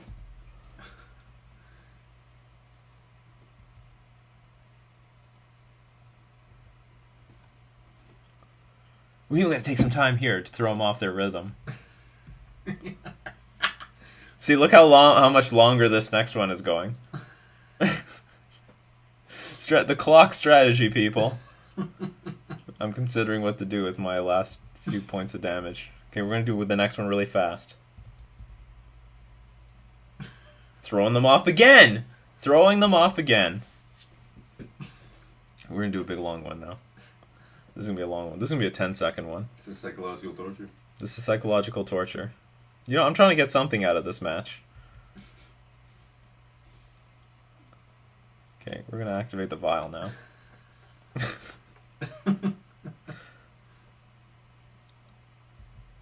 Oh yeah, it doesn't matter. These things go on the stack anyway. Oh, they're gonna add mana. You think you're wasting my time? Look, I'm doing this for a semi-living. And I've got this, and I also have auto yield, your stupid devoted druid, so you're just really wasting your time. Alright, let's move on to the next game. Vapor Snake is better than nothing, I guess, but it's not good. We don't have the tools in this. Deprive is a little bit of something, but we just don't have the tools. We could keep Spell Pierce, but it's going to be really weak because we have no way of interacting with the mana creatures. So for that, I think the Vapor Snags are worth more, and we'll have just a random Deprive. Maybe we can hit a Collected Company. It's a solid counterspell. I just don't know if we're going to have the mana to have it up. It's really hard to hold up 2 mana against this deck if we don't have Ether Vial on the battlefield. So we might have been able to take out one, maybe we can't take out one land. We're already on 19 land. I like to take, if I'm on a 20 land deck, I like to take out one land. This hand is good. Like, this is good if they don't have the combo automatically. But, you know, we do have a Vapor Snag to interact with them. Because we have 2 Cometa Speakers in our hand, I might just go file, activate, put on the battlefield, and then do it again.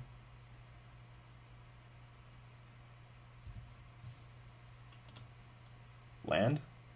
Okay, that's useful.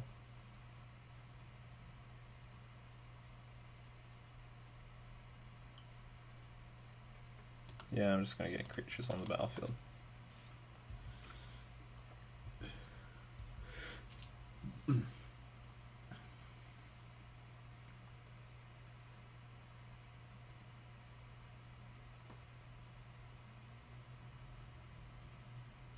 Well, well, well.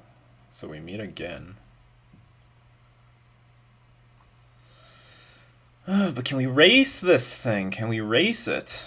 That's the tough part.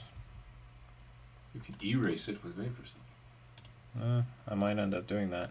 So now with the trigger on the stack, I'm going to activate this. I'm going to tick it up to 2. So it gives us an option to tick it up to 3 on the following turn. Or do we just tick it up now? I can hit for 8. And potentially lethal next turn.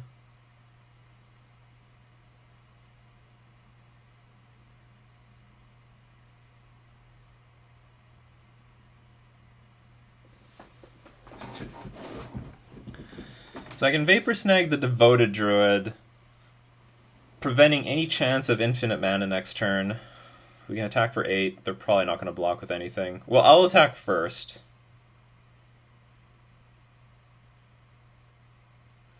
If I play Mirror Regery, we can attack for 11.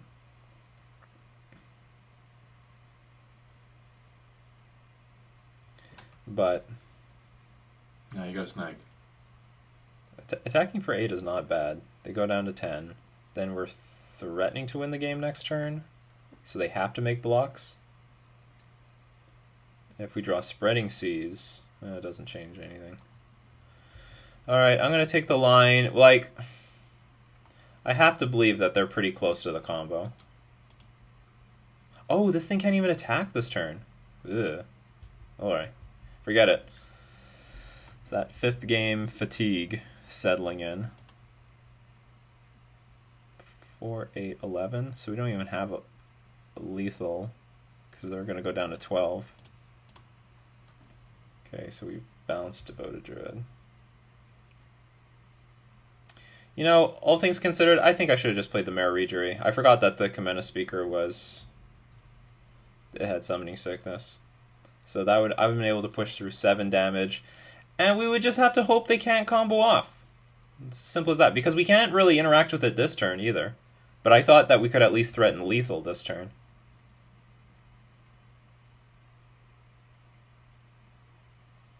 It's just something I thought was a possibility. These mana dorks. Oh, another Reliquary? I would be happy to see another Reliquary, or even this guy. No problem. Oh, but you can still play Devoted Druid. Alright, so now we want to see Deprive. I'll take it up to 3 just in case we draw something that allows us to use our blue mana. We did not draw that thing. They're at 11 though, so they have to block something. No blocks? Merry Christmas! Christmas! Dunsky. That was stupid. Whatever. Thank you. Maybe Thank you'll you. say something. Maybe. That was a huge over. They could just block with 1 mana dork. They had nothing really to lose there. That was a gift. That was a gift. Ungiven. I'm guessing maybe they just did not have like the combo, or they felt really defeated because, well, whatever. I don't know what their circumstances were, but they didn't block, or they forgot to block. They forgot Merfolk was a lord, or maybe they thought we were representing Master of Waves. I don't know. No. Alright, let's do this again. 4-1. Definitely an underdog. Do you know what? Take a relic. I think on the draw relic try and just sweep the board of sweep the graveyard of all the lands. Because they have neither reliquary, they got cards. This hand is not fast. It could get fast in our next 2 draw steps, but in general it's not fast. We'll keep it. It's got some power. We could play Spraying Seas, worst case scenario, but well, best case scenario. We have no interaction. We have very poor interaction for their infinite mana combo, so that's just how it's going to be. All right, that helps. Silvergill Adept helps. Every little bit helps. Spread that thing. So the last thing I want to see is Devoted Druid. Be super happy if it's just some creature. Scavenging Ooze. Ugh. Every game.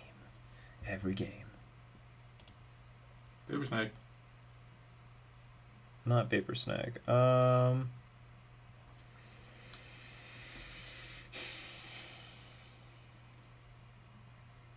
Spreading Seas. I'm thinking about it.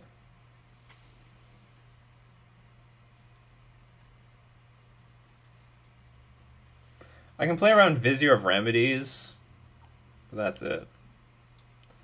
I'm just not going to.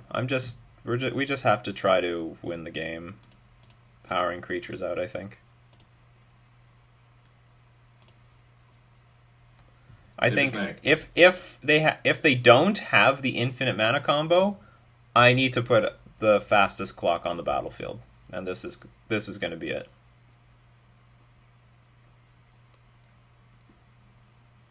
And they had another white source anyway. Just skip through your turn, because you don't got enough. Just skip through it.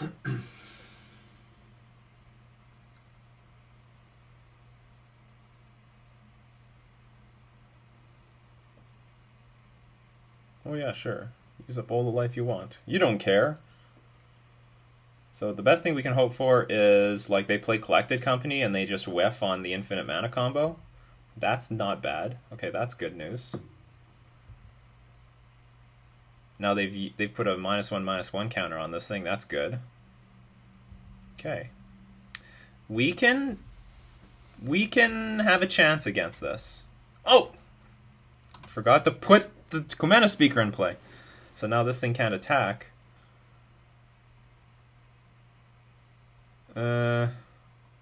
Take it up. I guess I'm just going to have to hard cast this Kumena speaker now.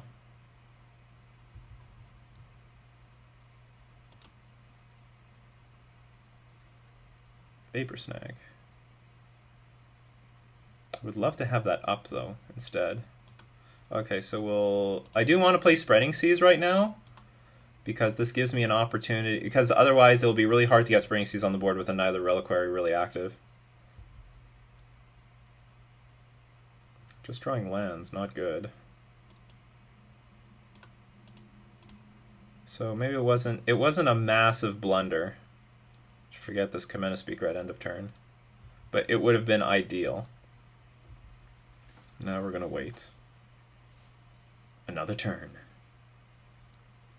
Do we get to live another turn? See another day? Dusk Watch Recruiter is gonna be online soon.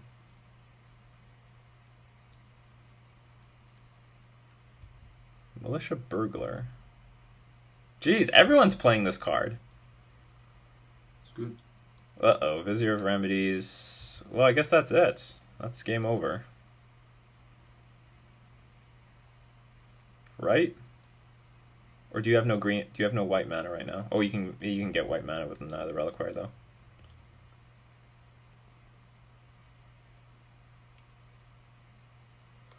So if we remembered to put this Kumena speaker in play at end of turn, we would have had mana up for this Vapor Snag. I don't know how much that would have mattered though.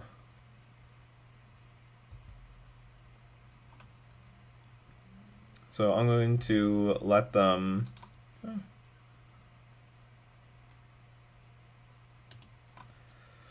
Make them kill us. I don't care. You want to play this sort of deck? You play this sort of deck. Let you enjoy it. You're going to win the painful way.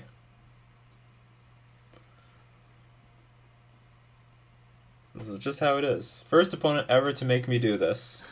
Well, there are many of us out there. You're scum! You're scum! You're scum! There's no other explanation for this. This is a scum deck. Why?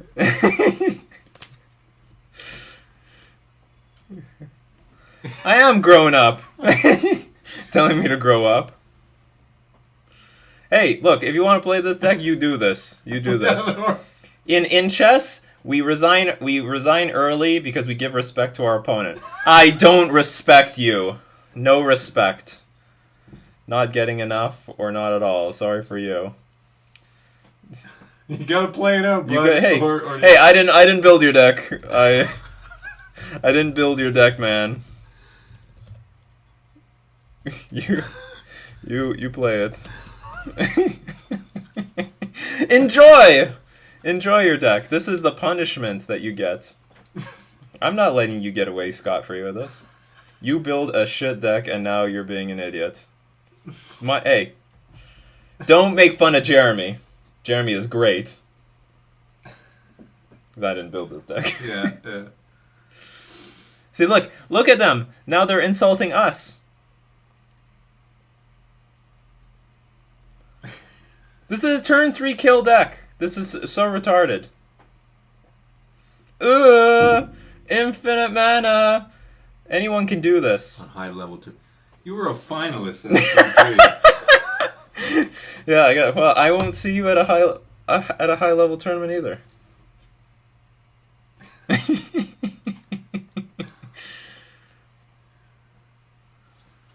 uh,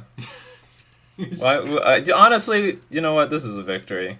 This chat exchange makes up for the loss. Scum. At least I have a YouTube channel that I can advertise this stuff. Like really, it's not like this is Storm, where, you know, it's intricate, and you have to know the deck and know the lines of play. How hard is it to Corda Calling for Vizier Remedies and just have infinite mana in play and then go about this nonsense? Oh, tap, untap, tap, untap. The most intricate. This is a really complicated interaction, people. You got to spend weeks in goldfishing this thing in order to get it down pat. Yeah, there we go. Duskwatch Recruiter. Show me your cards. Not that it matters right now. All the things I wish were banned. So, yeah, this particular list. Well, the thing is, Merfolk's having a tough time right now because the metagame is so stretched in so many directions. Like, this list looks really good against spirits, against humans, against death and taxes, against Tron. But I think it's gonna suffer hard against Counters Company. I also think this deck is gonna suffer hard against Control. I don't think it has enough tools against Control. I could be wrong. Like, Collected Company might be worth a lot more than I think it is, because you put yourself in a situation where you attack for a lot and then the opponent taps out for a verdict and then you sweep them all up.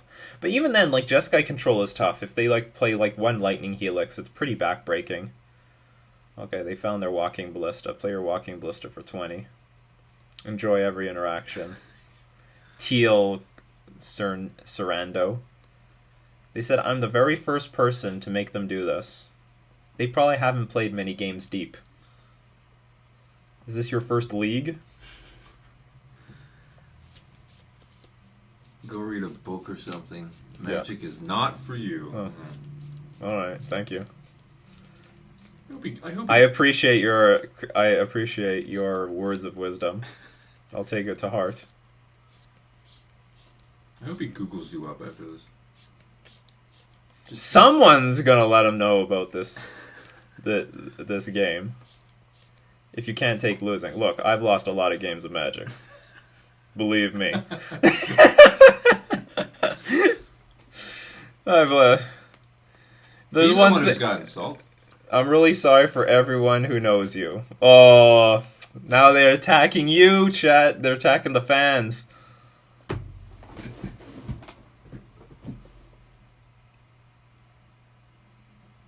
I'm really sorry for everyone who has to lose to this stupid combo. This stupid combo. Look, Wizards, if you're watching this, ban something here. Like, turn 3 wins? Really? Are we supposed... Like, you said a long time ago, there's not supposed to be any turn 3 wins. And there are turn 3 wins all over the place. And you're doing nothing about it. Look at me, I'm the Merfolk guy. I can't do anything about this unless I warp the deck in order to beat Counters Company. And we have tons of turn 3 wins. Now, Counters Company isn't on top because, like I said earlier, like, the control decks just rip it apart. Or I don't know all the factors. I don't know all the factors. Maybe Grafdigger's Cage hurts the deck a lot as well. But I just know that its success is sort of fringe. Like, it's a deck, it's out there, but it maybe due to certain sideboard cards, it can never get really big. So let's go back to the deck. So my main concern with the list is getting enough power through. We have exactly, like... We have 11 Lords. I don't know if that's enough.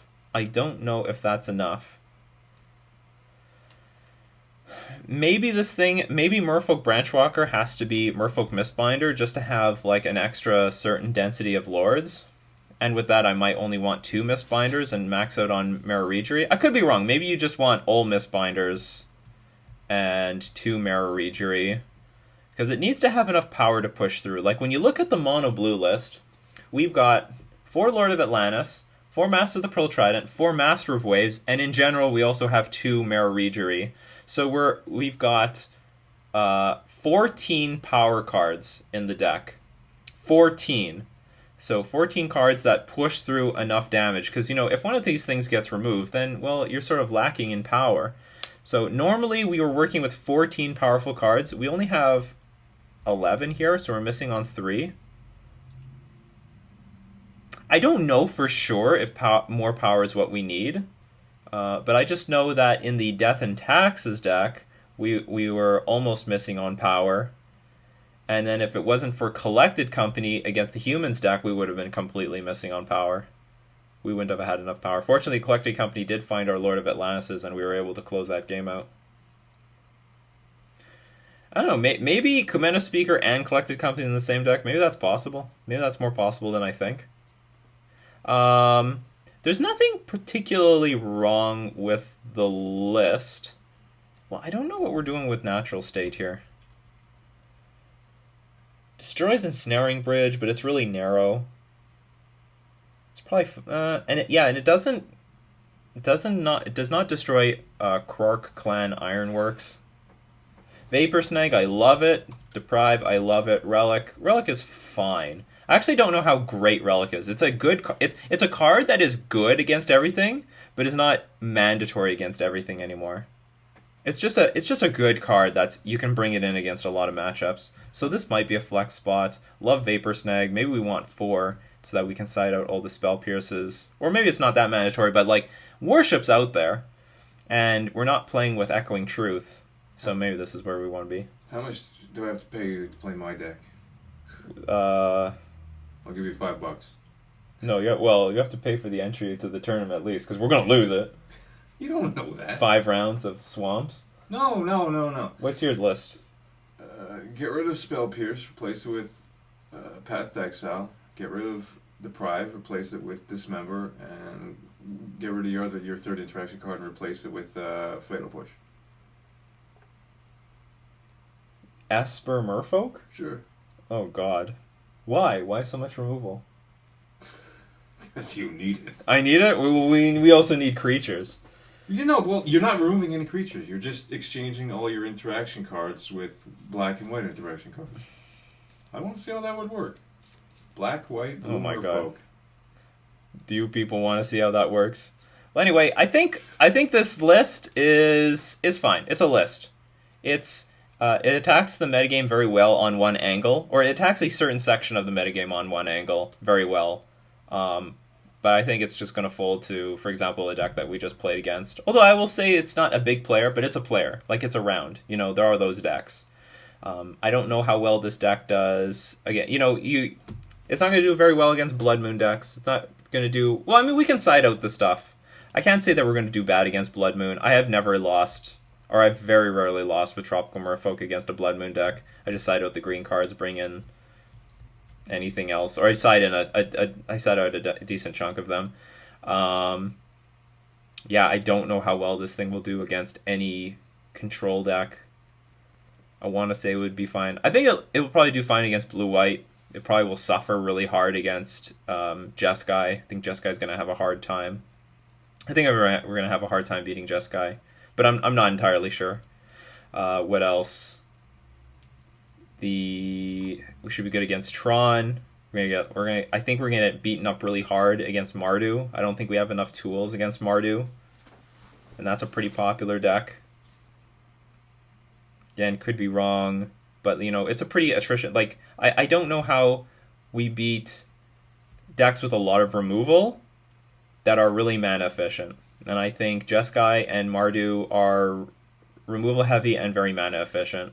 And they have a lot of card advantage. Those things are very hard for these like creature-based strategies to beat. If we're up against a deck with not so much removal, this deck is very strong. So long as it's not a deck that's comboing off like crazy. I think this deck should be fine against Storm. We have Spell Pierce, we have Deprive, we have Relic. That should be enough. Yeah, that's about it. I mean, I'm glad we went 3-2. And I think the last round was BS. The last round, yeah, one of the rounds was BS, and like I said, the only reason we lost against Death and Tax is because we were just lacking a little bit of power. We just had too many of these like 2-drop, like 2-mana, 2-powered creatures, and that's just not enough. We need a little bit more power in there, and we have to expect them to at least destroy one of them with like a Path to Exile, Wasteland Strangler, something. So we need just a little bit more oomph to push through damage. We might get that with Mistbinder instead of Merfolk Branchwalker. Although Merfolk Branchwalker and Collected Company work pretty well together so that you can draw into the lands necessary to cast Collected Company. So, Jeremy, I hope you loved it. I hope you loved it. This has been Nikachu with my brother playing Tropical Merfolk in Modern.